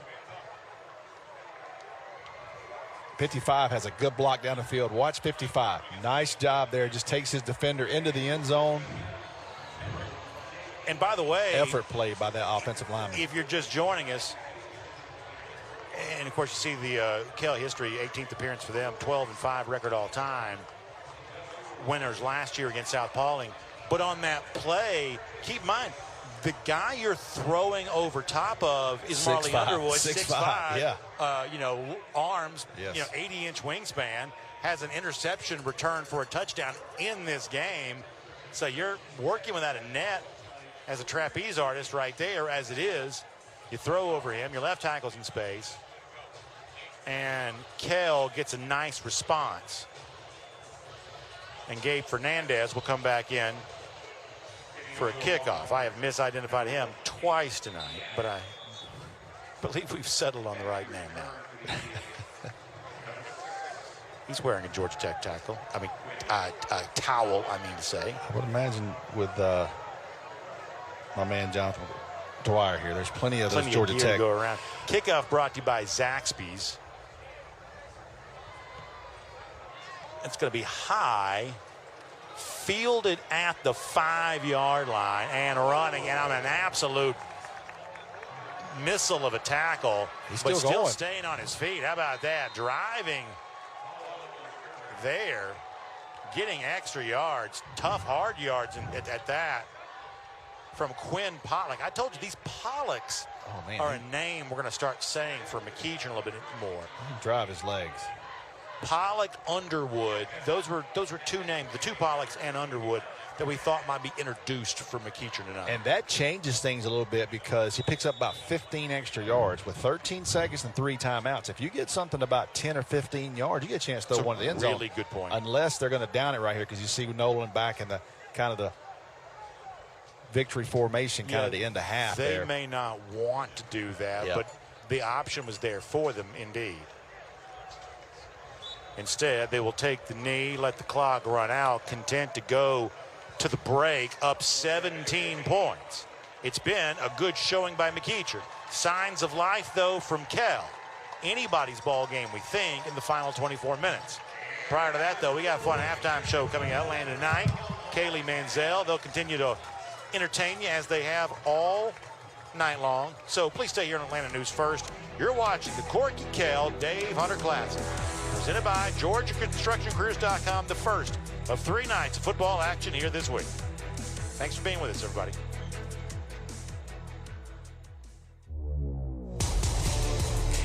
Basic combat training is a 10-week experience that will challenge you both physically and mentally. Each phase of your training will introduce you to new soldier skills, building and advancing them along the way. You and your fellow soldiers will work as a team to accomplish each mission, overcome each obstacle, and earn the right to wear the black beret of an Army National Guard soldier. We know how important your pets are at Breda, so when Breda comes inside your home to treat, we don't spray baseboards at Breda. We target cracks and crevices only. We call it the Triple P process, precision placement of product. Can you imagine having pesticides on your baseboards? That's just not safe for you, your family, or your pets. Breda, Breda, no need to be afraid of bugs. Northside Hospital Orthopedics is here to keep you moving with elite orthopedic, sports medicine, and joint care locations across the state. We'll be by your side because Georgia moves us, and we keep Georgia moving. Transform your outdoor space with Inspired Landscape Solutions Incorporated. With 34 years of expertise and a passion for innovation, we offer full-service maintenance, custom hardscape, outdoor living design, irrigation, lighting, and so much more. Whether you're envisioning a serene garden retreat or a vibrant outdoor entertainment area, we bring your dreams to life. Inspired Landscape Solutions, where creativity meets craftsmanship. The GeorgiaConstructionCareers.com Corky Kell Dave Hunter Classic is sponsored by the Mechanical Trades Institute, Skilled Trades, the alternative everyone should know about. Northside Hospital, we keep Georgia moving. The Georgia Sheet Metal and Air Conditioning Contractors Association. CareersInSheetMetal.com, building a solid future. Hardy Family Automotive Group, we love you and we need you. And by Georgia High School Sports Daily, live weekdays at noon on the Peachtree Sports Network. Welcome into the halftime show presented by Georgia Construction Careers. I'm Landon Knight alongside Kaylee Manziel. Kaylee, I mentioned this earlier, but we're on day 3 of our Corky Kell Dave Hunter Classic, but there's been a lot of new teams in Corky Kell this year. Yeah, I mean, hard to believe that we're on day 3, especially considering in recent years it always starts at Kell. So the fact that we're getting this on a Wednesday feels a little bit new to me, maybe like some of the teams that we've seen so far in the Corky Kell Dave Hunter Classic this year. 9 new teams. So one thing I appreciate about the event is that you always have your staple teams like your Kell, McEachern, Walton, Brookwood, but also being able to put some new faces, new coaches on television to really display the talent, not just in the metro Atlanta area, but really all across the state of Georgia. And Kaylee, we actually have a lot of Corky Kell veterans as well. You mentioned this, but McEachern and Brookwood have actually played in every single Corky Kell Dave Hunter Classic. Yeah, this year is the 35th annual Corky Kell Dave Hunter Classic, with McEachern and Brookwood being the two teams that started it all. And I think what's interesting is what I pointed out last week ahead of that Brookwood game. Both of those teams had the exact same all-time record in the event. It was 14 wins, 20 losses, and now Brookwood has the leg up with that extra win, and no team between those two has ever led by more than a 2-game stretch when it comes to wins. So right now, if it stands how it is, it looks like McEachern's going to tie that record up again at 15 and 20, but still a lot of game left to play, Landon. And Kaylee, tomorrow night we're going to get to see Blessed Trinity and Decatur face off against each other. It's actually going to be at Blessed Trinity.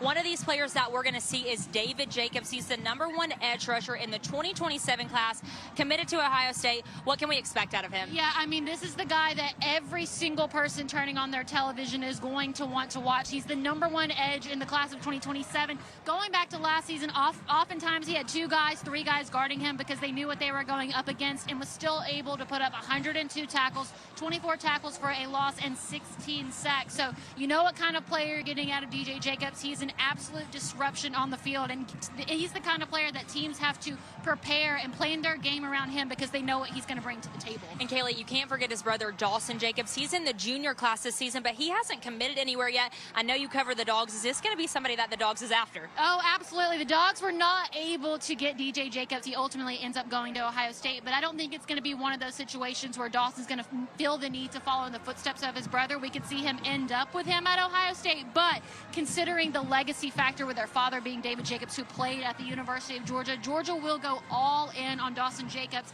He's someone that I expect to see in the Super 11 for the AJC's class next year, and right behind his brother, going back to last season, had the 2nd most tackles on the team with 96. He's a top 20 defensive lineman in the country for the class of 2028. So it's double trouble for the brothers tomorrow. And Kaylee, our last day of our Corky Kell Dave Hunter Classic, that's going to be on Friday at Georgia State's Center Park Stadium. One of these teams we're going to see, Hebron Christian. They're the back-to-back state champs this year. They're going to be under first-year head coach Quentin Davies. Just talk about this Hebron Christian team. Yeah, I mean, really, it's going to be all eyes on their new coach. He was formerly their linebackers coach at Northwestern, and we've seen Hebron have some coaching turnover in recent years. It reminds me so much of Grayson, who you see these coaches come in, they win state championships, they have success, and then they move on to the next, which is understandable. But what we've seen from Hebron in the past, even when successful coaches have left, they've been able to rebuild. And if they're going to look to go for a 3rd state title in a row, it's all going to start with the coaching at the top. And Kaylee, we're going to have a lot more football tonight. It looks like it could be anyone's matchup. We still have Kell and McEachern. Stick around right after this for more of the halftime show.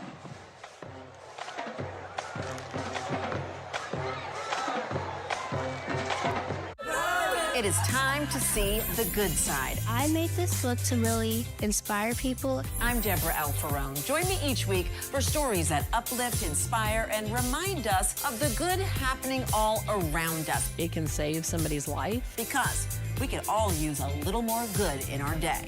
The Good Side, Saturdays, only on Local News Live. Check your local listings on localnewslive.com. Ishiring.com to apply today. Mic check, 1, 2. Let's roll it. I'm Lee Zurich. I'm T. Chappelle. This is Investigate TV Plus. We start with real people and real questions. We listen first, then go get answers. Giving you the tools to protect what matters most. And wherever the truth leads, we go.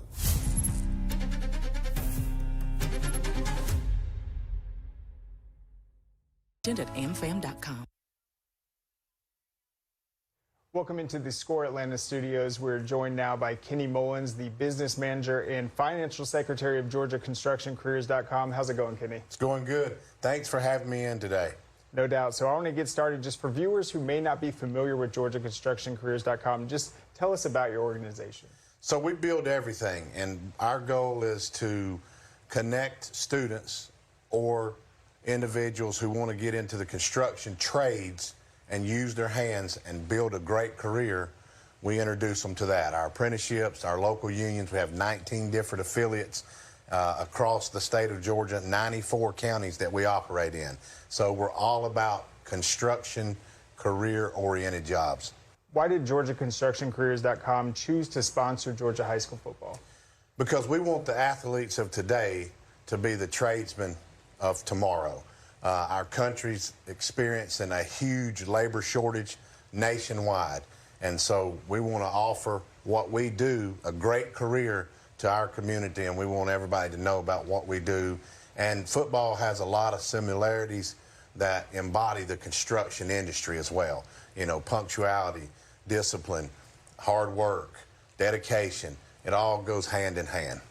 And what would you say to those students that know they like working with their hands but are still unsure what they want to do with their careers? Oh, I'll tell them, use your hands right now and go to GeorgiaConstructionCareers.com. Once you get to that page, you can search, research, you can go down the rabbit hole and find out all the information you want.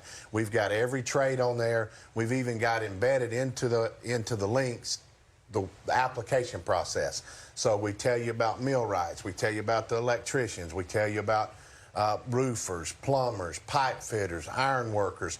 Every one of the trades are on that site with a link embedded to where you can start your career and join the apprenticeship, or if you have experience, you can get in touch with the organizers and start making that transition to come work for whichever craft that you're in now. And Kenny, does a student have to attend a four-year college to have a successful career? Absolutely not. Our apprentices, they go through a four-year trade school program, and they come out debt-free. They get paid while they earn while they learn.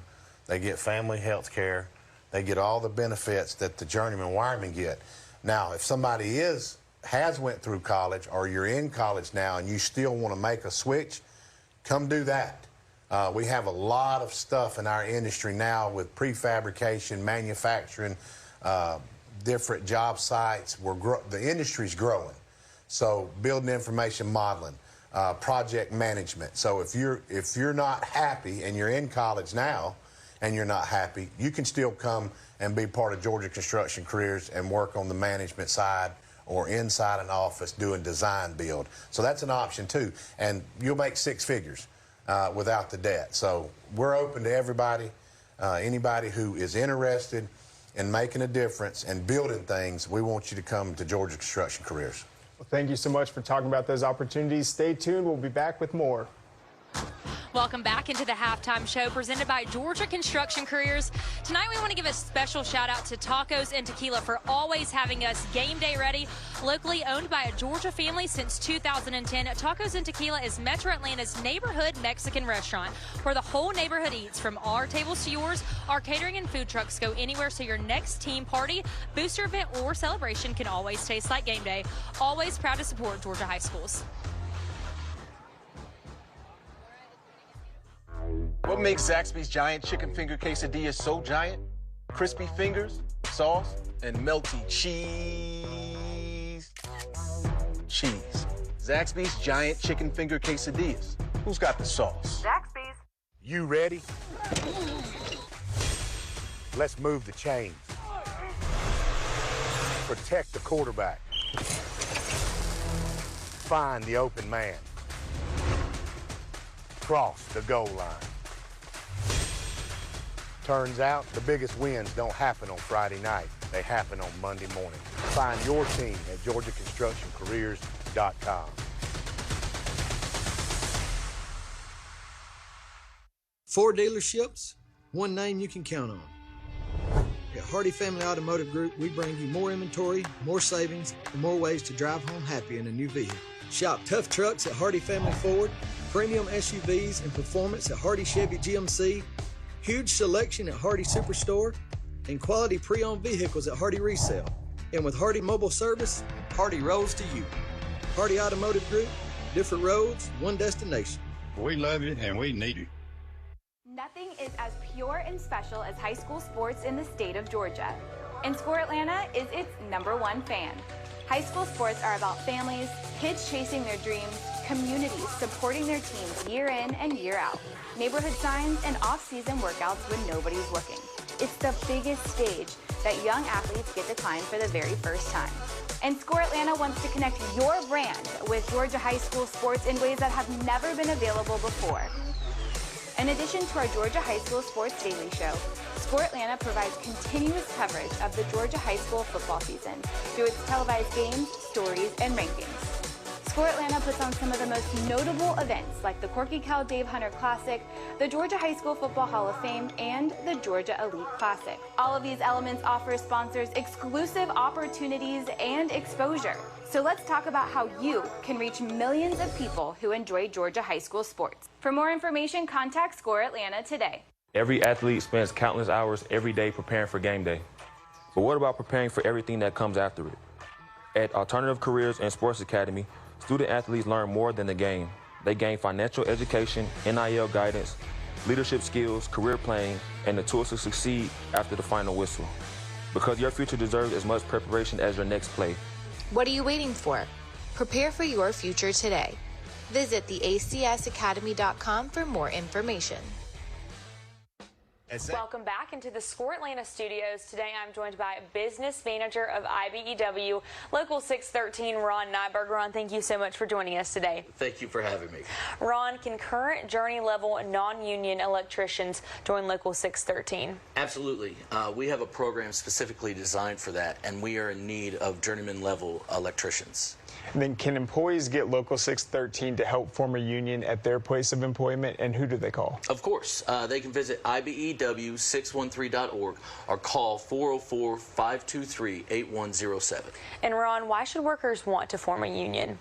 So their voice is heard.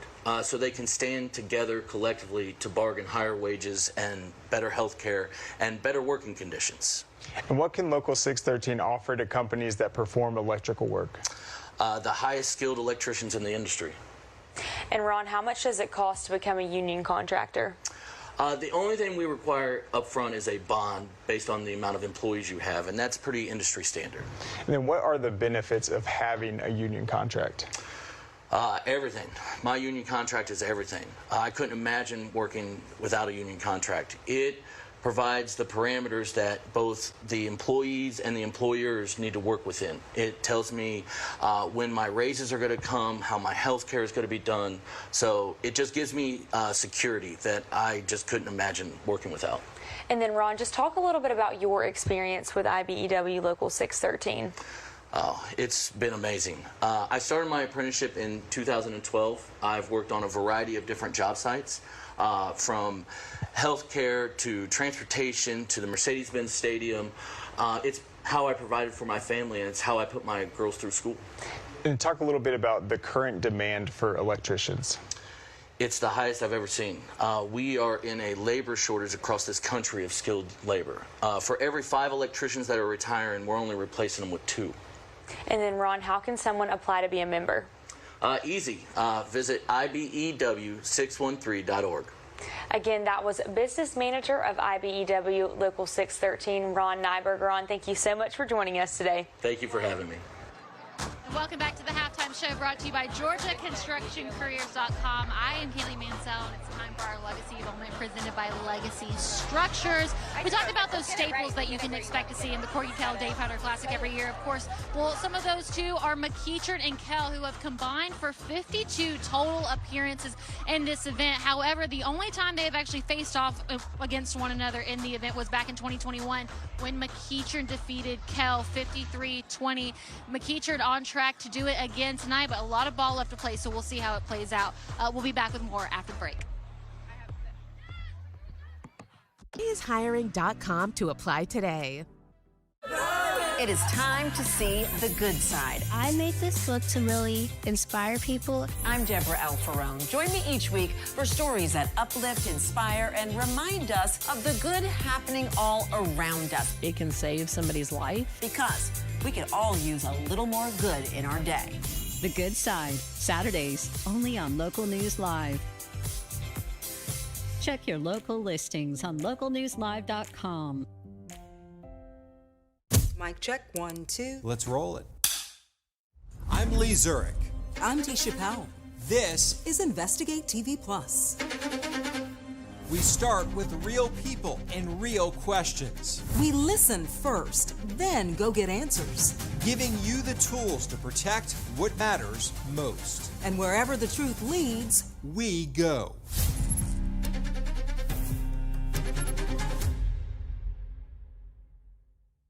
join you. Welcome back, everybody. Brandon Adams, Rusty Manziel, halftime here at the Stockyard. Kell High School with the Longhorns trail 27-10 to McEachern right now. McEachern had a lot go well for it in the first half, but signs of life from the Longhorns there at the end, and perhaps some energy around Boston Pierce. He got going in the second quarter more so than he had been in the first quarter. That passing game coming alive for the Longhorns, perhaps. In fact, why don't we go back now and let's take a look back at our first half highlights. A lot of action. You'd expect that when it comes to a bunch of college prospects, including Adams here. Kamani Adams on the opening kickoff. One of three.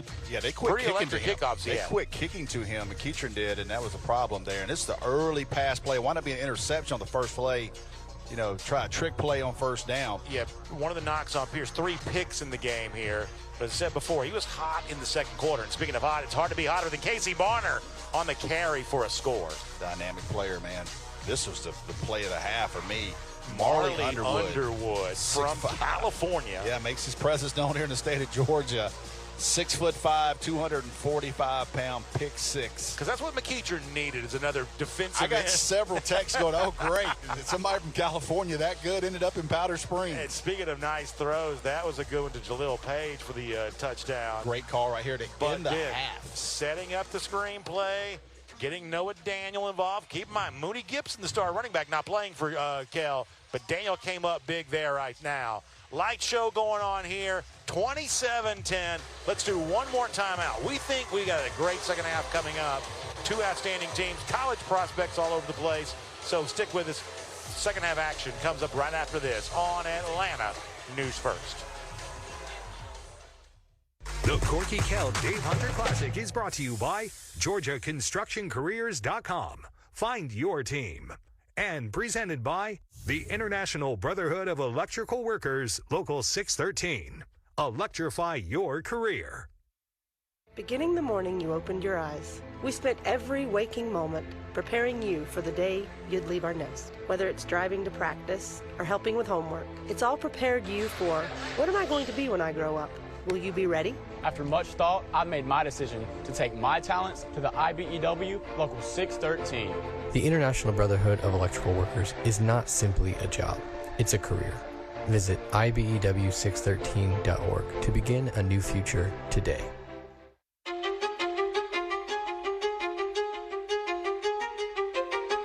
So when I got in the program, I was 18. At the time, I think the most appealing thing was, you know, I could start out going to school and making money while I'm going to school.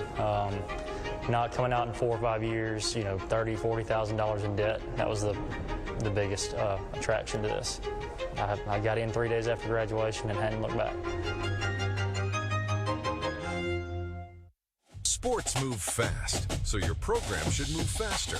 Track stats live, follow the action anywhere, win more games. Scorekeeping and game tracking for your school with Game Day Preps. I'm Steve Langley with Smart Local 85. We are proud to sponsor the third quarter of tonight's matchup.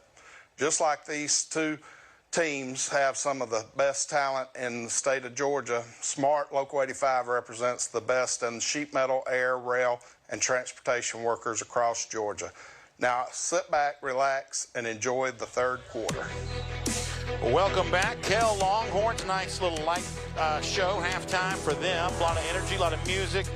And it looks like they're fired up here for second half I tell you action. what, I leaned out over the rail. They were behind us in the little practice field. It was a very spirited Kell team. I will say a couple players were pretty vocal back there. I want to see how they come out in the second half. That is not something they want to come out to down 17 points. We'll see how they respond. But I promise you, a lot of pride in this Kell program, playing at home and on TV to open the season. And look, they know what people are saying. Now listen, you'd be hard-pressed to find somebody that doesn't have great respect for Kell, but they also know McEachern's a larger classification. It is a undefeated team a year ago, probably has more recognized college prospects right now than Kell has. Yeah. So Kell probably came into this game with a chip on its shoulder. And your best player's not playing, really. Exactly, right. So, with Mooney Gibson, we believe, out for this game, even though he did at least give appearances as if he wanted to come in. So the idea that Okay, they took the punch from McEachern, and McEachern landed a couple of those blows. Yep. But Kell is still standing. They've got 24 minutes to erase a 17-point deficit. So the fact that they are edgy and fired up, I'm not surprised by that. And I'm guessing that McEachern thinks its best shot from Kell is still yet to come. Yeah, certainly Coach Reed probably addressed that at halftime, knowing that Kell's going to come out, show some fight, show some pride right here, playing at home, obviously. But listen, right now, let's don't beat around the bush. The story is Casey Barner. He's the #1 player in the state of Georgia for the 2028 class. That is the junior class next year for a reason. And I think a lot of people that kind of tune in, you know, just to start football season go, wait a minute. Oh, man, they've got one, and McEachern does in him. Yeah, exactly right. He's electric in putting his fingerprints on so many different kinds of plays. And look, I think one of the fun stories to follow, too, is when you make a list of, hey, who are the best programs in Georgia that haven't yet won a state championship, you know, McEachern's going to be on that list. It's unbelievable. And I said this, and I told him, and sometimes I think he laughs at me like, I can't believe you said that to put the pressure on me. I have been publicly, and I have said the day he got hired, now, not this year, I said it 4 years ago, that Kareem Reed will be the coach to win the first ever state championship in McEachern, and I certainly believe that. Yeah, listen, he was coaching in the SEC and came back to coach at a high school. You don't take a job like that. It's not Hazard County, right? Like, you're coming here for a big-time job and a big-time opportunity. Facilities, unbelievable facilities there. And came close a couple times under Jimmy Dorsey, had some really good football teams. But right now, I do think the way they're trending and how young, and Brandon, scary as it sounds, they may be better next year. Yeah, they're very young at the skill position. Very young. Very young. And who knows? Another 6'5" defensive end might move in from California. You never know. You never know. The housing market in Powder Springs seems pretty good right now. Hey, listen, there's an exodus from California here to the south, so McEachern just soaking some of that up. Nothing wrong with that. There's a good barbecue joint over there, and everybody's going to tag me in tweets. I can't remember, but, man, that's a good recruiting tool there. Zaxby's brings the opening kickoff to you. Rodriguez will, Gabe Fernandez will kick it. Short kick, bounce, that's a live ball up for grabs. If that thing hits the ground, unlike a punt, it is for anyone. Yeah, in both teams, I can't understand, like, you know it's not going to Casey Barner. Mm-hmm. We got to move up a little bit. They're not going to kick this thing too deep, and that's just something they'll have to adjust to go on the fly with special teams. You always say it. A punt or a kick in high school football is a play to keep an eye on. Either team can score on every kick. Yes, yes. Big drive here for McEachern. What are they going to do? And how does Kell respond? Down 27-10, got some late momentum with a touchdown. A lot of spirit at halftime, I'm telling you. We'll see how they respond right here early on in the third quarter here at the Corky Kell Dave Hunter Classic. Brenton James going to hand off here on first down. That's Nolan, but Nolan is wrapped up right away. That is a really pretty tackle made to begin the second half by Bo Romano. Good to see him back in. He came off early. Remember, he was holding his shoulder a little bit.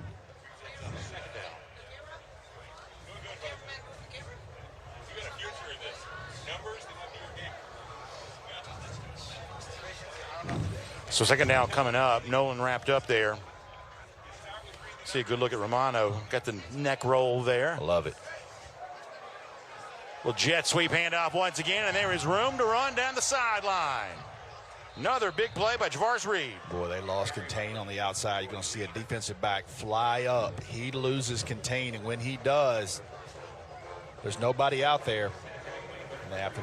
Boy, Reed is becoming a real weapon for them. Yes. He's like Casey Barner light in some respects. He can run now. There's a throw, pass caught, middle of the field. Keyshawn Hall, first catch of the game for the sophomore. Their 2029 wide receiver group, man.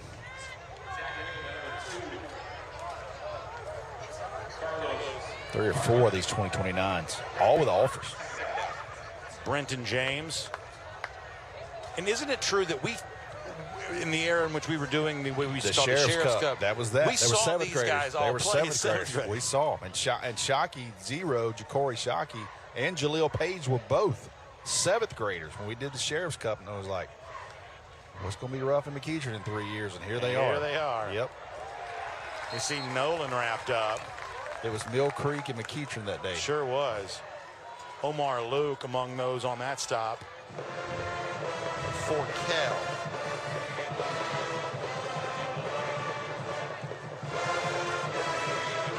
Credit Carlos Barneman in on that too. And of course, here at Scoreland, we cover all levels of football, even down to the middle school. Although we haven't done the Sheriff's Cup in a couple of years. We haven't done it. We are doing 6th grade Georgia League Classic this year. Well, that's fun. Hall goes in motion. James rolls left. Got a man. Did he stay in bounds? Nope. Tough throw. Tough throw, rolling to your left and having to flip your hips and throw that. But, man, he was there. Zion Robinson was the intended target. Got in behind the coverage on a corner route. He was there. Just missed him. Robinson, a 4-star junior. Oh, he's got a nice frame. They haven't called Robinson's name as much tonight.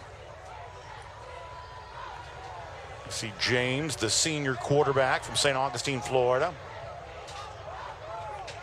Nolan, the sophomore running back to his left. Tight coverage from Kell. Going to throw. Got a man. It's caught inside the 10. Heading to the end zone. Second touchdown of the night for Jaleel Page. Another sophomore receiver and a missed tackle by the Kell defensive back. Quarterback stands tall in the pocket. Look at him. 6'5". Great pass there. Just a missed tackle. And another 20-29 wide receiver for McEachern. It's been my favorite thing about Brenton James tonight. He does not flinch in the pocket. Looks comfortable. He's patient. Very patient. Not panicking. Doesn't have the happy feet. Standing tall in that 6'5" frame. Sheehan will try the PAT. And Wes Sheehan is good. And a major statement out of the break for McEachern. Adding to its lead now 34-10 as Jaleel Page catches his second touchdown of the night. Indians looking good right now. In Braves country, baseball is more than a game. It's a rally cry, a statement, an empire built on big swings, nasty sliders, moments you can feel in your chest. In Braves country, one swing can change the night. Ambush is the first pitch. Shut down innings can steal momentum. Takes the outside corner. In Braves country, every game matters. Every series is a test for October. And the best place to watch is right here on Atlanta News First. Mic check, 1, 2. Let's roll it. I'm Lee Zurich. I'm Tisha Powell. This is Investigate TV Plus. We start with real people and real questions. We listen first, then go get answers. Giving you the tools to protect what matters most. And wherever the truth leads, we go.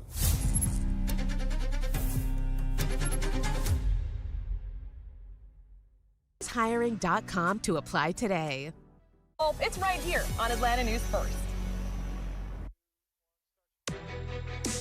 Welcome back, everybody. 34-10 is our score. McEachern adding to its lead a moment ago. Brenton James to Jaleel Page. 9:42, third quarter of play. Got a good text from our good buddy, Shane Queen, over at North Cobb, Coach. And I said, hey, Coach, we just let you know we still enjoy your commercial. And he just responded, your daughter's the most talented man. So not hey, how you doing, miss ya. Just straight to that's coach speak right there. Right, just get right to the heart of the matter. Man. So I appreciate you tuning in tonight, Coach. Good buddy. We still love your commercial. But any NIL discussions I was going to have about you, I'm going to end those now. Kell still has time, but need to sustain something here offensively. I told you, even though Pierce got 3 interceptions, they found some success with him in the second quarter. Yes. That did not exist in the first. He was just 2 of 7 passing out of the first quarter, 8 of 16 at the half. Yeah. Another 6'4" quarterback. I'm impressed with him, too. Junior CM. Tall quarterback in the pocket. They really are high on him.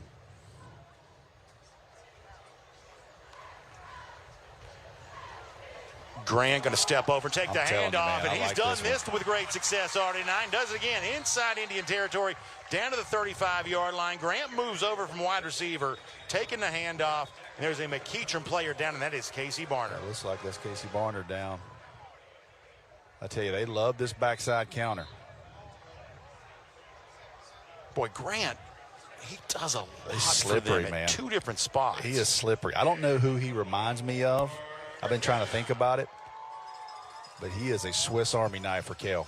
2 McEachern players down, too. We told you about Barner, although Barner's now back up. This looks to be a true cramp situation.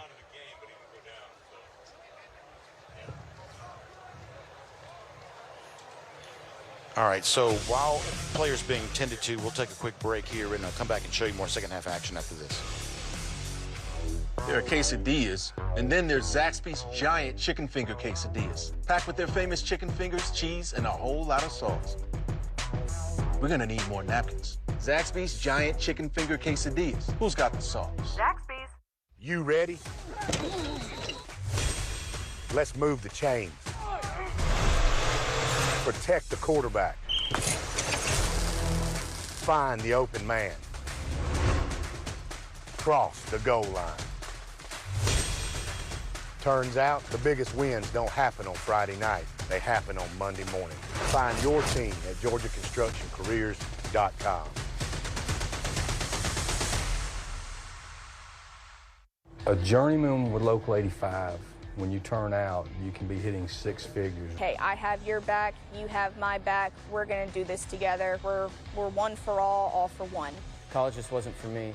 Let's look into actual career jobs that wouldn't take college, where I wouldn't, lose money and all that. Instead of losing a lot more money at the end, why not make money and make more money at the end?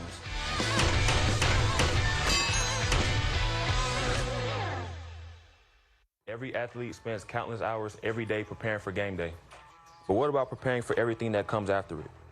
At Alternative Careers and Sports Academy, student athletes learn more than the game. They gain financial education, NIL guidance, leadership skills, career planning, and the tools to succeed after the final whistle. Because your future deserves as much preparation as your next play. What are you waiting for? Prepare for your future today. Visit theacsacademy.com for more information. Zaxby's just dropped new lemon pepper, so you can get that zesty lemon and cracked black pepper flavor you love on the chicken you love. Lemon pepper fans, this one's for you. Zaxby's Lemon Pepper Dry Rub. Who's got the sauce? Zaxby's. The GeorgiaConstructionCareers.com Corky Kell Dave Hunter Classic is sponsored by Gordo's Fiesta Every Day. The Gwinnett County Sheriff's Office. Your future awaits. Breda Pest Management. They handle bugs and critters. Inspired Landscape Solutions. The smallest details make the biggest difference. Yancey Power Systems. Powering Georgia for Georgia. And by the Georgia Elite Classic, Georgia's largest all-star games. It was London Leith, the sophomore safety, who was dealing with the cramp situation a moment ago. He's been helped off the field. We'll see if he goes back in. 34-10, you see Kareem Reed there. Outstanding job. That's Ghsa with a hat on backwards. And that's, Joakim Ghsa, the Georgia committed linebacker, just joining us. We have not seen Ghsa tonight, obviously not dressed. Mooney Gibson for Kell, have not seen him, although Dante Grant is in motion. Handoff, though, goes Noah Daniels' way. Daniel trying to tiptoe down the sideline. He had a big touchdown in the first half and explosive on that run. And they love this backside counter. They pull these 2 linemen. You see them coming downhill. How about Avon Glover getting out in front and getting a big block and got a nice shot on camera of him leading the way on that. You'll love to see it.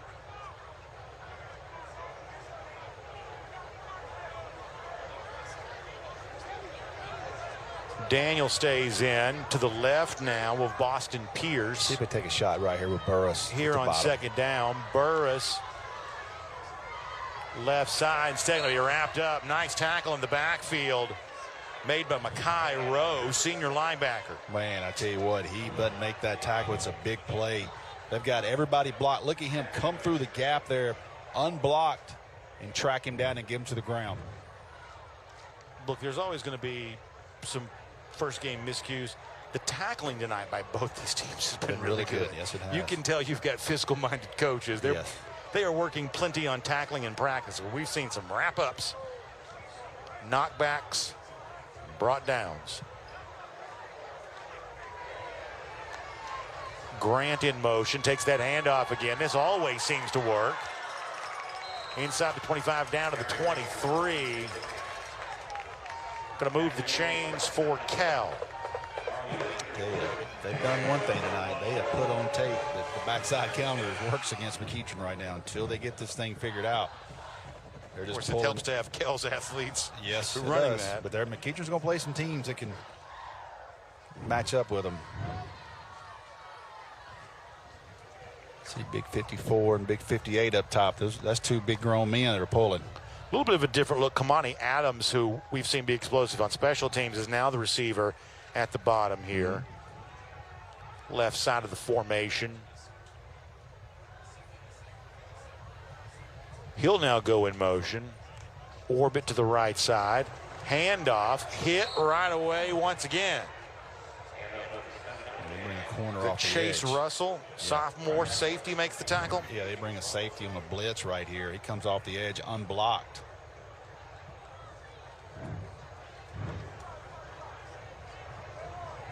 Let's make it second down.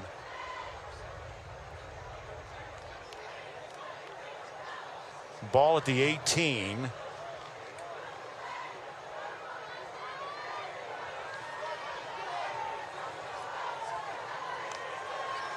Pierce going to roll right. Not going to throw. It's a pass caught inside the 10.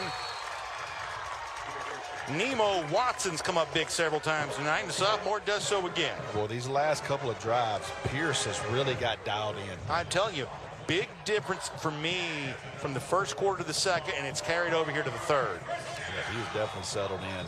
First and goal now. And McEachern, I think, wants to talk about it.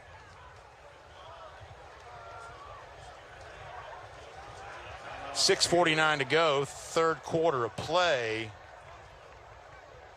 Kell trying to answer back in a big way. Speaking of an answer, our friends at Breda Pest Management always have answers for you when it comes to anything related to your pest control issues, because no matter the season, no matter your pest issue, Breda Pest Management will protect your home inside and out from bugs, termites, wildlife, and mosquitoes. Breda's proud to sponsor Georgia High School athletics. You can get started today at BredaPest.com. That is BREDA, BredaPest.com. Brandon Adams, Rusty Manziel, Landon Knight, Kaylee Manziel down at the host position. We're up here in the press box.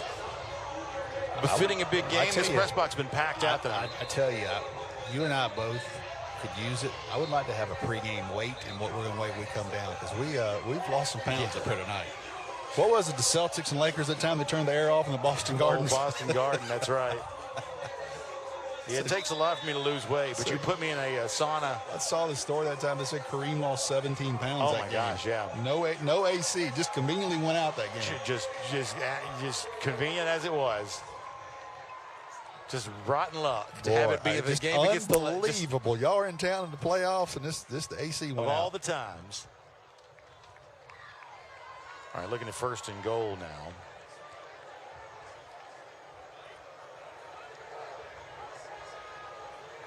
Pierce. Let's see Grant go in motion. Hand going to go the other way. Right side, fighting near the goal line. Another nice carry by Noah Daniel. Barner, who's back in the game after leaving a moment ago, in on that stop. They just flip it. They run a counter the other side. See 55 and 60? Same play, just flip-flop formation. Good tackle by Casey Barner. If you want to see the physicality from him, I think you're seeing enough of it. He's got it. I'm telling you.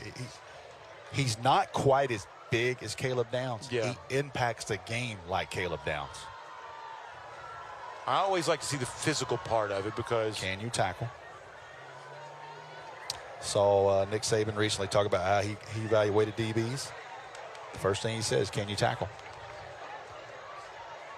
You see the throw coming back, and it's picked off in the end zone, and now heading for daylight.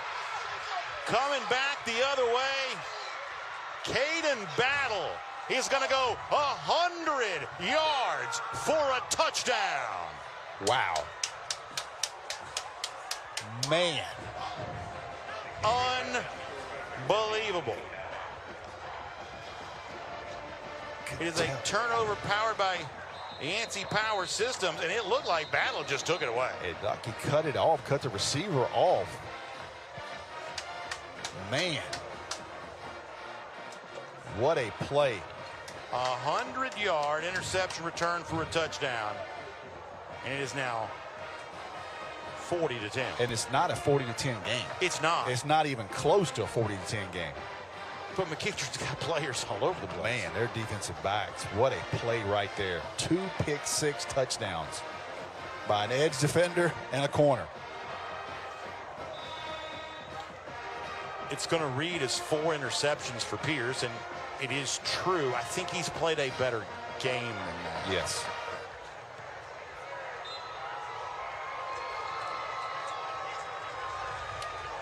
As you say, 2 of those also pick 6s.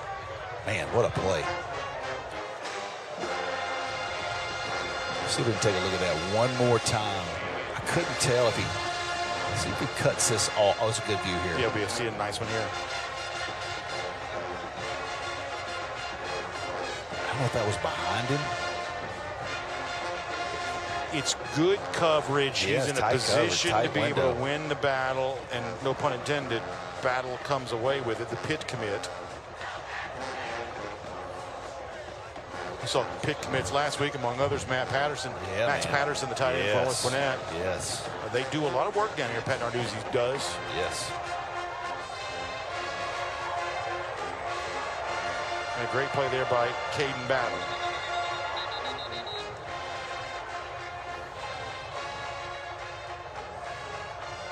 McEachern, a top 5 uniform in the state. What do you think? It's a sharp one. It's close, isn't it? It is. It's close. Look, I mean, that's obviously Wednesday, but the name of the game is Friday Night Lights, and there's nothing better than when you have a helmet that really reflects the light well. So much so, like for our earlier starts, and we obviously understand that in a doubleheader. It's weird watching high school football during daylight. Yeah. And there are some schools in the metro Atlanta area that, because of stadium sharing situation, they will play on Saturday. I know up north there's a lot more of that. But we associate this kind of atmosphere for high school football when you have a helmet that reflects the light well. Man.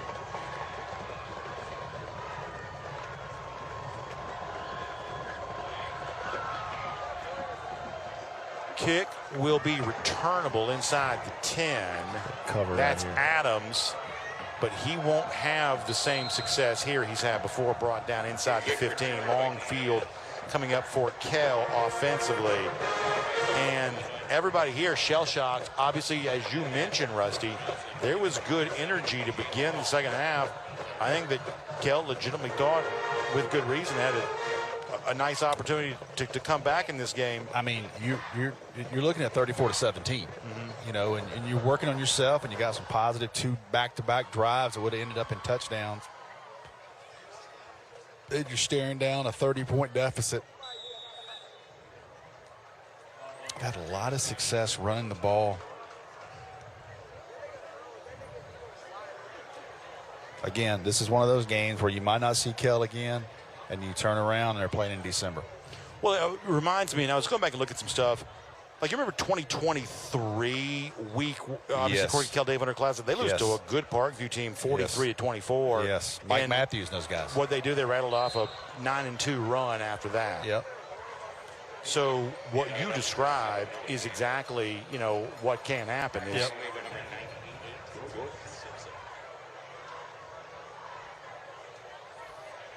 Excited about tomorrow night. Really excited about Friday, too, at Georgia State. Good friend, our partner, Matt Stewart's tuning in. And yeah, that'll be a fun one for me because I'll be able to settle and watch those. Yeah, you're going to be sitting at the house. Look, definitely will be. And national TV spot for Gainesville and Beaufort the following night. I'm looking forward to consuming all that. Yep. Pierce wants to throw. Got a man wide side of the field open. That is caught. Ball came in at the end, but he was already down. Levi Dury, I like him. Yeah, nice looking tight end prospect. Yep. Good pass pro there by the line. I think that Pierce is going to be a good player. I do too. The junior.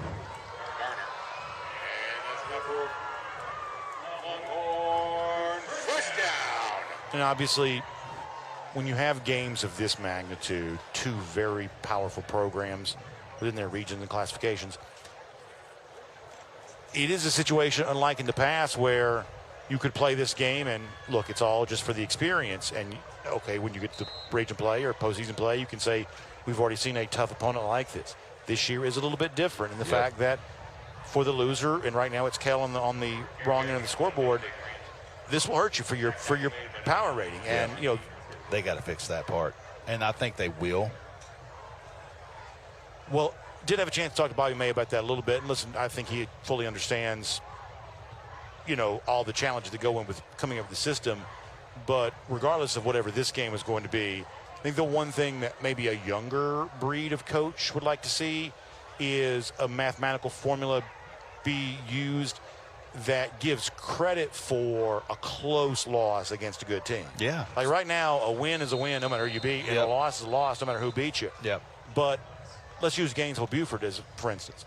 Just pick either of those two teams. They go down to the wire, lose by a field goal in a walk-off situation.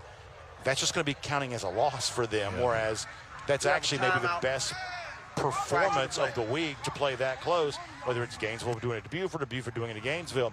And there are mathematical formulas that could take that into account. College football does that with the, you know, the FPI and the SP Plus, and, you know, there is a way to consider this, you know, on a per-play basis based on who your opponent is, as opposed to the RPI system, which became famous for college basketball, but basketball doesn't really use that anymore.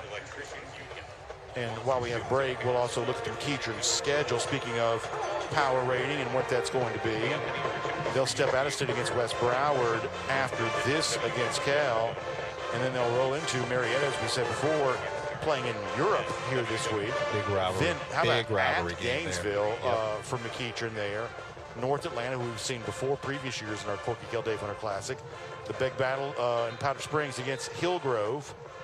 Then Campbell, Pebblebrook, Harrison, and Kennesaw Mountain to close things out. Of course, that brought to you by Georgia Sheet Metal and Contractors Association.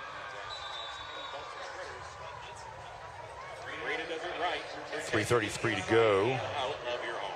Third quarter of play.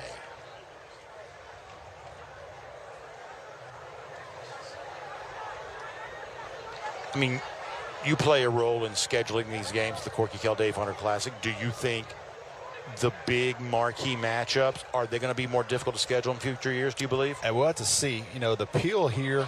Big hit being delivered in the backfield, flying around as they have been all night. Those McEachern Indians, that's London Leaf. Sophomore safety. He left with a cramp earlier. He's obviously back in now. 2029. Man, that class is loaded at McEachern. You know, I'm more into getting the teams into the Corky Kell. I think the appeal, though, to still play on TV, to play in Mercedes-Benz, to play in games like this is great.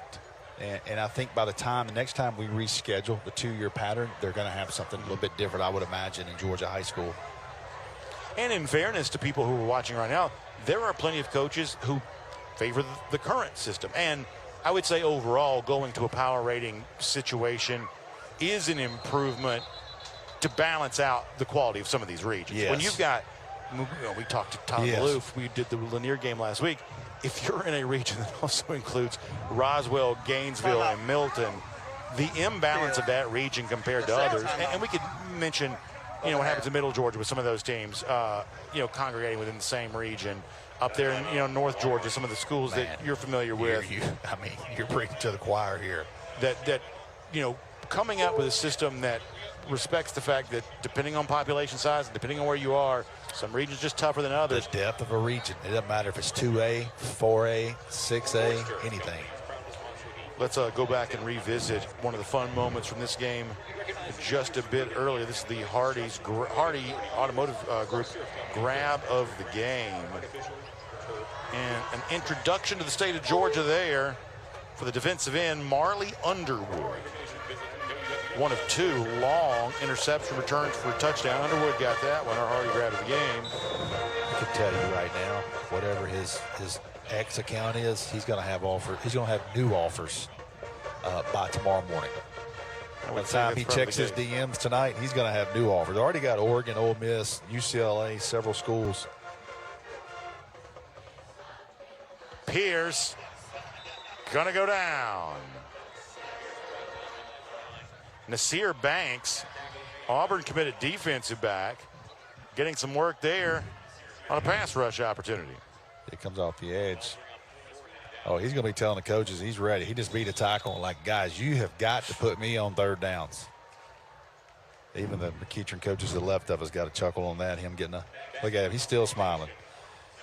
He likes that. By the way, how about Georgia defensive line coach Trey Scott last week saying that he'd like to get Zakai Helton, who we obviously saw as an elite pass rusher in the state championship game. He said, give me 10, 15 snaps with that on defense. Boy, I tell you what, don't you know that was a conversation? Yeah, you better be an assistant coach of Trey Scott's stature to get away with that, right? On the defense, 5-yard penalty, replay 4th down. It was probably a lot of ways it went with Georgia tried to play Miko Harmon at corner the first year, and that stopped. I would say that's probably true. Sounds like Mr. Hilton's on his way to a starting job there at the offensive line, maybe. How about that? Young man has battled through a lot. Great career at Carrollton. Great family story. And I tell you, man, you don't even really sugarcoat. No matter who you are covering Georgia, everybody just assumes everything you hear out of number 55. He is the real deal. No, that is indeed the case. Uh-oh. Gabe Fernandez, punt. He is not going to fair catch. I can promise you that. Barner is going to do whatever it takes trying to make something happen.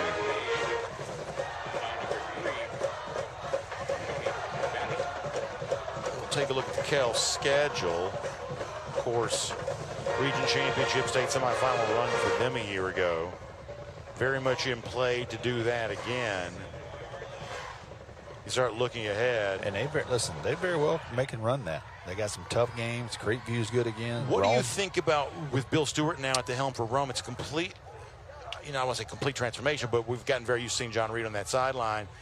Now Stewart up there. That's a different look for the Wolves, right? I love Bill Stewart. I think the world, everybody in Floyd County asked me about him. I said, I promise you right now, that was a great hire by Rome. They had a tough loss. When you lose a Power 4 quarterback as a senior, that is a tough loss. It's hard to overcome. Didn't really have a quarterback ready in the program, so they got a young man they're going to play and learn on the ropes. They play Carrollton Friday night, so it's a tough task for him. Where they are later in the year, I wouldn't be surprised to see them really, really good. But early on, they got a lot to replace. When you replace Aiden McPherson, it's hard to do a Power 4 quarterback, but I tell you, man, Bill Stewart was the right guy for that job. He's a great football coach. And Stewart, another guy like Kareem Reed, who was in college football coming back. Stewart had worked 3 years, I think, there at Georgia Tech. Yep. That is a throw and incomplete.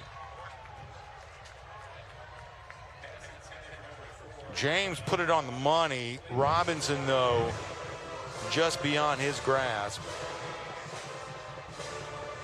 Pretty good move to come back inside on that with Kamani Adams giving tight coverage. Just couldn't quite connect. Now 2nd down with 1:08 to go in our 3rd quarter.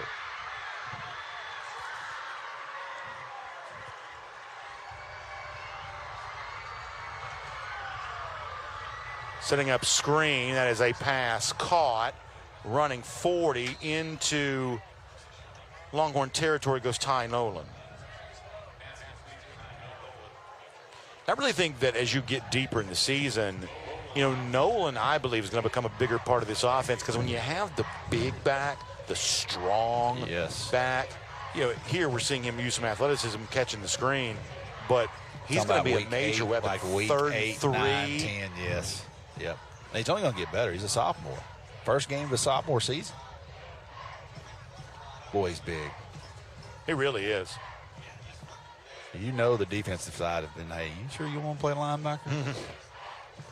Well, it's the same thing. I compared him to Derrick Henry earlier. It's the same thing that Henry dealt with. As you see Nolan getting a chance to tote it again. And with that, we are going to head to the 4th quarter with McEachern looking at a 30-point lead here right now. 2 Cobb County schools, McEachern the larger classification. And we got 12 minutes to go. Indians lead it 40-10 in the nightcap of the first of 3 nights of football for you here on the Corky Kell Dave Hunter Classic. Thanks for being with us tonight on Atlanta News First. This is independent investigative reporting. This bill was inspired by her story that we featured at Atlanta News First Investigates. First to expose issues that impact Atlanta. Some of that inspired by our Reading Reset investigative series. First, for results, after our reporting, state lawmakers consider 20 new laws. It is the most comprehensive oversight bill the state's seen here for HOAs. That's the power of independent investigative reporting. Atlanta News First, independent first for Atlanta. It is time to see the good side. I made this book to really inspire people. I'm Deborah Alfarone. Join me each week for stories that uplift, inspire, and remind us of the good happening all around us. It can save somebody's life. Because we could all use a little more good in our day. The Good Side, Saturdays, only on Local News Live. Check your local listings on localnewslive.com. Mic check, 1, 2. Let's roll it. I'm Lee Zurich. I'm Tisha Powell. This is Investigate TV Plus. We start with real people and real questions. We listen first, then go get answers. Giving you the tools to protect what matters most. And wherever the truth leads, we go.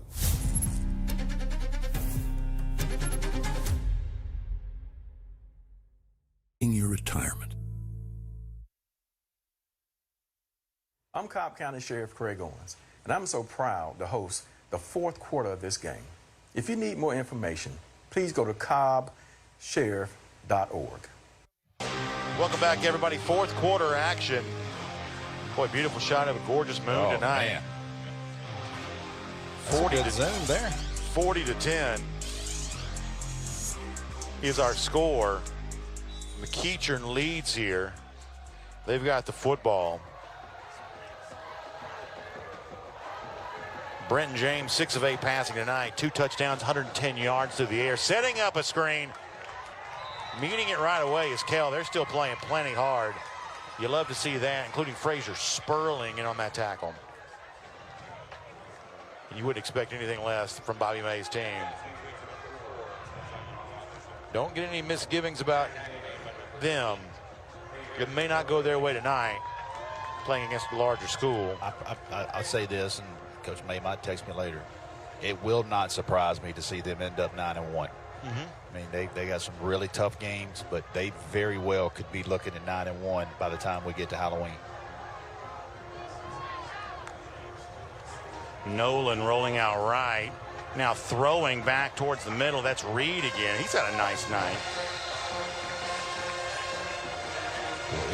So I've got him, that's his 6th catch. I had him 73 yards coming into the quarter prior to that. I say I had him as if I've been tabulating the numbers. Like that, man, you're sharp. He's a good-looking playmaker.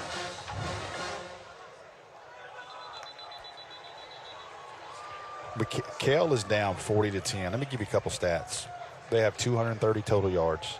McEachern has 275. Timeout. Kell has 12 first downs. McEachern has 12 first downs. Final timeout. The passing yards are 153 to 151. Where it gets you is those turnovers. Yeah, and these are 14-point swings. Yes. In one case, it literally is a ball taken out of the end zone that would have been a Kell touchdown, becomes a touchdown the other way, and the Underwood score is very much the same kind of thing. For over 50 years, Georgia homeowners have trusted Breda to protect their homes from ants, roaches, spiders, termites, and more. Experience the Breda difference. Breda, they handle bugs and critters. Yeah, I mean, you're talking about, so if those are 14-point swings, that's 2 of them. Yes. 28-point swing in the game. Yep. And a good team does that to you. I mean, they make plays. So, I mean, they pressure you into plays like that, but you go back as Kell and you look at those and you go, guys, to win games like this, you cannot have these swings. We talked about Julian Rochester sitting next to us. This McEachern team, now the makeup is slightly different. I would say those teams are probably bigger on the lines of scrimmage. They were bigger up front. I don't think they were. Chumi Adoga, obviously Julian, others. But the way in which it just seemed like they were just filled with star power. This McEachern team is a callback to that team. Yeah, and I think they're young with their stars too. I mean, their Georgia commit didn't play tonight. Yeah. You know, so that tells you. And you had multiple SEC, ACC commits. You got 2029 prospects. You got the #1 player in the state of Georgia in the next class already. And you saw how dynamic he was tonight. So, you know, they came in with a lot of buzz in the offseason. I think Coach Reed knew that. I love the old school going away. I saw the social media. McEachern football does a great job, especially on Instagram. They made those kids put those phones in the Ziplocs, and I thought they were going to have to life flat them out of there when they first took them away from them. It's a great story to hear, and another good play as continuing to play really hard. And that's Frazier Sperling in. That's the second time he has chased down one of those screenplays.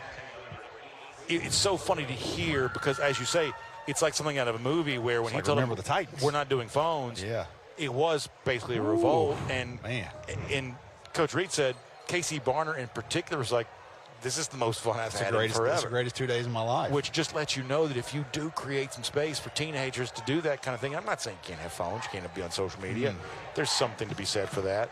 But when you create some space where it's not that, good stuff can happen. Yep.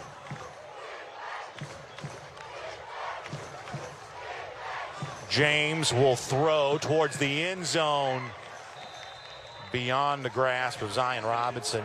Let me go back to Barner for a second because I think for some people, best player in the state, or top player in the state to say better, top player in the state is a safety. Yeah. What do you, now nobody disputes Casey Barner is an outstanding player and his highlights are dazzling. Yep. What do you make though of a player at that position and the argument that he is the top prospect for his class? You have to be Caleb Downs to be that. You have to be Caleb Downs to be the top player in the state. Is Casey Barner Caleb Downs? He certainly makes me think it. You know what I mean? And I go back to he's not quite as big as Caleb, but, man, he's just the best player on the field. Every time I see him, Brandon, he's the best player on the field. And it's hard for me because my mind is programmed so much. When I did rankings, I no longer do that, so don't come at me on X. But when I did rankings, it was left tackle, it was edge, or quarterback. Yeah. The three premium positions in the NFL. For me to say that this kid who is a nickel, this is a nickel safety that can cover, he can tackle, and he can hurt you playing running back. He can hurt you in the return game. He just impacts the game. I tend to believe that he is the best pound-for-pound player in the state of Georgia for the next class, and it's hard for me to take a nickel #1. He's just too good of a football player to pass on. We will see as the period and the valuations go on, does one of those big guys pass him a little bit, but he's always going to be a top 2 or 3 player in the state of Georgia. Whistle blows. That is, they play dead before the hit. That is not a live ball. You know, a test that he passed for me tonight was because so much of what we remember from a year ago is the kick return stuff, and that is dazzling. Yep.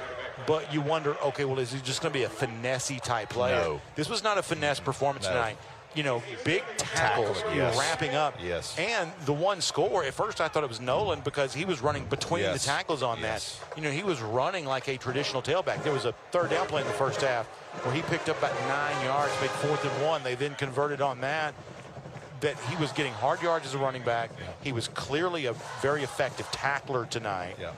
He really demonstrated himself to me to be a complete football player. If he wasn't already that, I think that tonight he let you know that he's more than just a special teams maven. Yep. And sometimes he's just too good, man.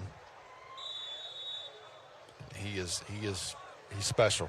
And I don't care if he's #1. I don't care if he's #4.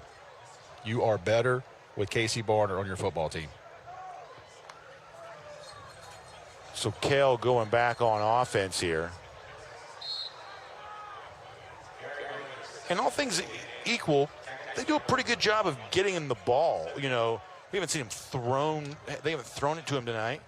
But, you know, he's got a couple of rushes for 67 yards. You know, they're finding a way to get some offensive touches for him. And you'd imagine having to pay attention to where he is creating opportunities for the other guys in this offense. Yeah, you look at the rivals rankings. Prince Chi is #2. That's the defensive tackle from Thomas County Central. He's 6'3", 305 pounds. Maddox Davis, a wide receiver out of Cartersville. I saw him 2 weeks ago. My goodness, Kevin Hartsfield, running back. So really, you look at Quali Felder, the tackle from Carrollton, not as deep, I would say, with big men as electric football players, but Casey Barner, a safety, number 1, Maddox Davis, Cartersville wide receiver, Carrollton corner, Tyler Boyd's number 4, Kevin Hartsfield, who's number 1 running back. Oh, by the way, the number 1 running back in America is from Newton in the next class. So a little different class in Georgia, but very deep again. All right, quick timeout. Fourth quarter action continues after this. It is time to see the good side. I made this book to really inspire people. I'm Deborah Alfarone. Join me each week for stories that uplift, inspire, and remind us of the good happening all around us. It can save somebody's life. Because we could all use a little more good in our day. The Good Side, Saturdays, only on Local News Live. Check your local listings on localnewslive.com. We've all had help planning for life's biggest moments, except for aging. Many feel completely lost. Aging Untold will help you take control. The only show about aging well. We tackle your questions about getting older with solutions for caregivers. You are not alone. Get answers and encouragement. Make your later years your best years. Aging Untold. Check local listings on aginguntold.com. Hiring.com to apply today. Slick Rick Jackson, the ultimate insider. All right, welcome back. 40-10 is our score. McEachern on top of Kell here right now with 5:52 to go in our game. Brandon Adams, Rusty Manziel. We're back tomorrow. Blessed Trinity, their first time acting as a Corky Kell Dave Hunter Classic host. And then Center Park Stadium on Friday. Nice tackle by Mackay Rowe, senior linebacker from McEachern. Tell you what now, we'll be on the roof of Blessed Trinity. We really will be. We might need a pregame wait before and after we leave there tomorrow night. That's exactly right. Yeah, Blessed Trinity is a great host. It does give us a chance to, and honestly, we should do more of this stuff in life anyway. Yep. It gives us a chance to climb a ladder tomorrow. Yes, and I've already thought about that. Yes, and thank God I'm not a JUCO defensive tackle anymore. It was a little tight a couple years ago. I went up that ladder. Well, I also stopped wearing dress shoes. You know, dress shoes. A, because you can't see the shoes on TV anyway. No.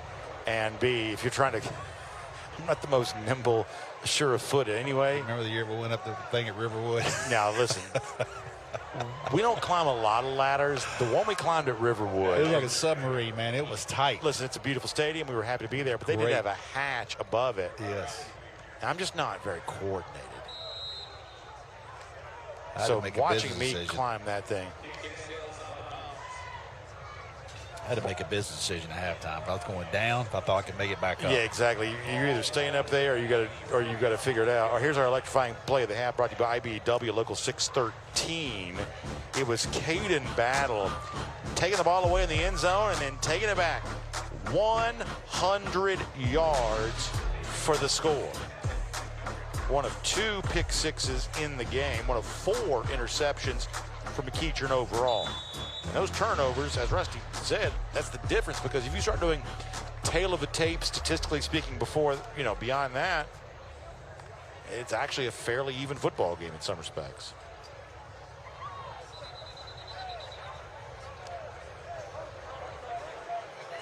.345 now coming up in the game. McEachern content to just perhaps salt this one away. You've seen a lot of good edge rushers, and it's actually been a really good era for edge rushers in our state, both right now. Certainly has. And obviously previous years, just seems like that's been a really hot position in our state. Mm-hmm. What do you put DJ Jacobs in the midst of all of that? Certainly up there. I think, good pass here. Speed. Yeah, how about that? Nice ball, too, right on the money. I think DJ Jacobs has gotten a lot better, because I'll be honest with you, I didn't care what he was ranked.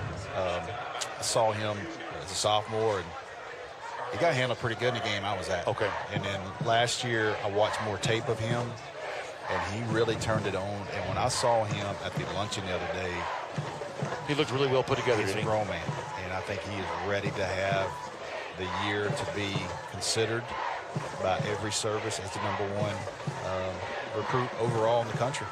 Blake Berger, by the way, had that reception a moment ago. Pittman back in at quarterback. I tell you, when you go back and look at him and LaDainian Guyton and DJ Jacobson, they were in the same class until Guyton reclassed out of Savannah. When you go back and look at that in a couple years, I think, man, how good. And you think Kamari Brooks was, you know, a young guy too out of North Oconee who ended up at Georgia. Heavy recruiting battle between Georgia and Alabama. So when you start talking about edge guys in the state the last 2 or 3 years, it has been a very, very deep class for Georgia. Throwing towards the end zone. That's incomplete. Also got the young man on his way, LSU from Stevenson High School. Yep. Jaguars kind of back. They are back. They get a nice talent group. I love it, man. It was fun going over there all those years, seeing Mike Davis and all those guys back in the day. Coach Gartrell. Joey Harris in at running back. 90 seconds in the game. Handoff to Harris. Harris spins his way to the 15. I want to say this too, real quick. A lot of reaction last week for that Grayson loss, and rightfully so. North Gwinnett showed who they are. Saw a lot of reaction to Grayson. I think a lot of people really have been waiting to say something about them, and something tells me, just watching them this week, really quiet on social media, didn't see their players too active. Something tells me it was probably a really physical week over there. And I would imagine so. And I think that team, don't sleep on Grayson just yet. And maybe it was the week 0 presence of the game. I did feel like, more so than some of the games we do, there was a good bit of buzz. I mean, obviously it's a big showing, it's a big game, and great performance from North Gwinnett. But it did seem like, from people that aren't even from Swanee, right? People who aren't even North Gwinnett fans, it did feel like there was a lot of talking after that game. A lot of social media talk. I got a lot of texts from people that, look, I would never say anything, but a lot of people quick to write off Grayson, and I don't know if you need to do that quite yet because that roster is pretty daggum deep. And we just saw this a couple of years ago. Santavius Bryant, his coaching debut, with not a pretty showing, and we saw how that season ended and how obviously Bryant's time at Grayson eventually came to an end before taking the Gainesville job here right now. But the story tonight is the McEachern Indians. Undefeated a year ago in the regular season. Now 40-10 to begin 2026 for Kareem Reed. And when you start thinking about the toughest outs in the entire state, you got to make McEachern room for them on that list. I tell you, man, that is a very talented football team out of Powder Springs. 7A in Georgia. I'll put it up against anybody. We've got a long way to go to see everybody, but I didn't see a weakness tonight. No. Nope. Because it's a two-man race, you may say quarterback is more unsettled than the other positions, but I thought both those guys were fine tonight. Yeah, and I tell you, when you got number 2 on your team, it equals out things pretty quick sometimes, doesn't it? If you want to put a headline, it may be as good as that. The #1 player in the country for the class of 2028, as advertised here this evening. We got a great Sports Turf post-game show coming up. 2 more tomorrow from Blessed Trinity, and then our guy Rusty Manziel is going to win the Iron Horse Award this week. He's going to come back and do 3 more on Friday. Let me tell you something. My goodness. Let's check in now. Landon Knight standing by with Kareem Reed. Now it's time to present our Jimmy Dorsey Winning Coaches Award presented by Smart Local 85. Tonight that's going to McEachern head coach Kareem Reed. Coach Reed, earlier we talked about how your team was going to have to have composure going into tonight's matchup. How did you see that translate into tonight's game? I thought we did some good things when we had moments that we kind of got chaotic early. Once we settled down and executed, I was proud of the way our kids played. And, Coach, earlier we also talked about your very own Superman, Casey Barner. What a performance he had tonight. What it's been like to coach such an impactful player. I mean, that's 2 years in a row, right? Last year he put on the show on the CORKY Kell. I think he loves this stage. We're blessed, obviously to have a player like him in our program. Such a humble kid, but so talented, and his future's so bright. Now it's time to present our MVP. That's going to Casey Barner, and we're going to have Casey Barner right after this. Here you go, Coach.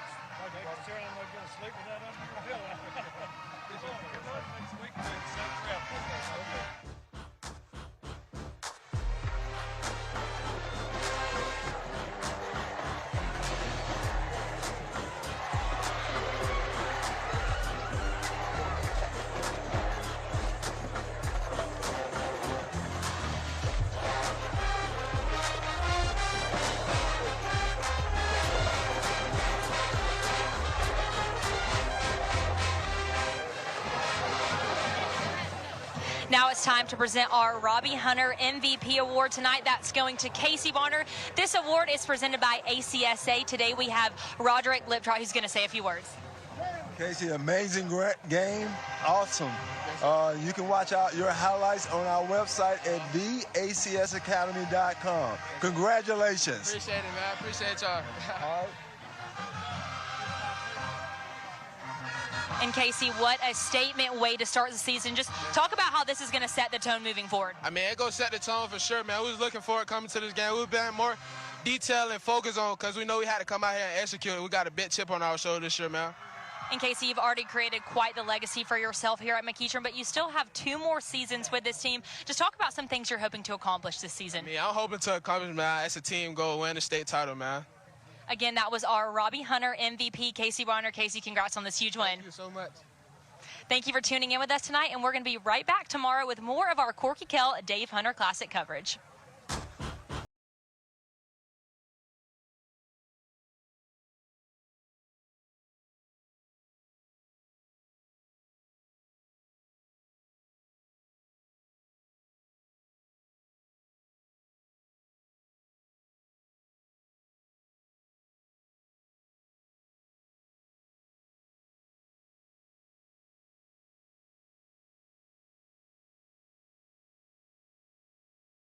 To help you prepare for aging. Aging Untold will help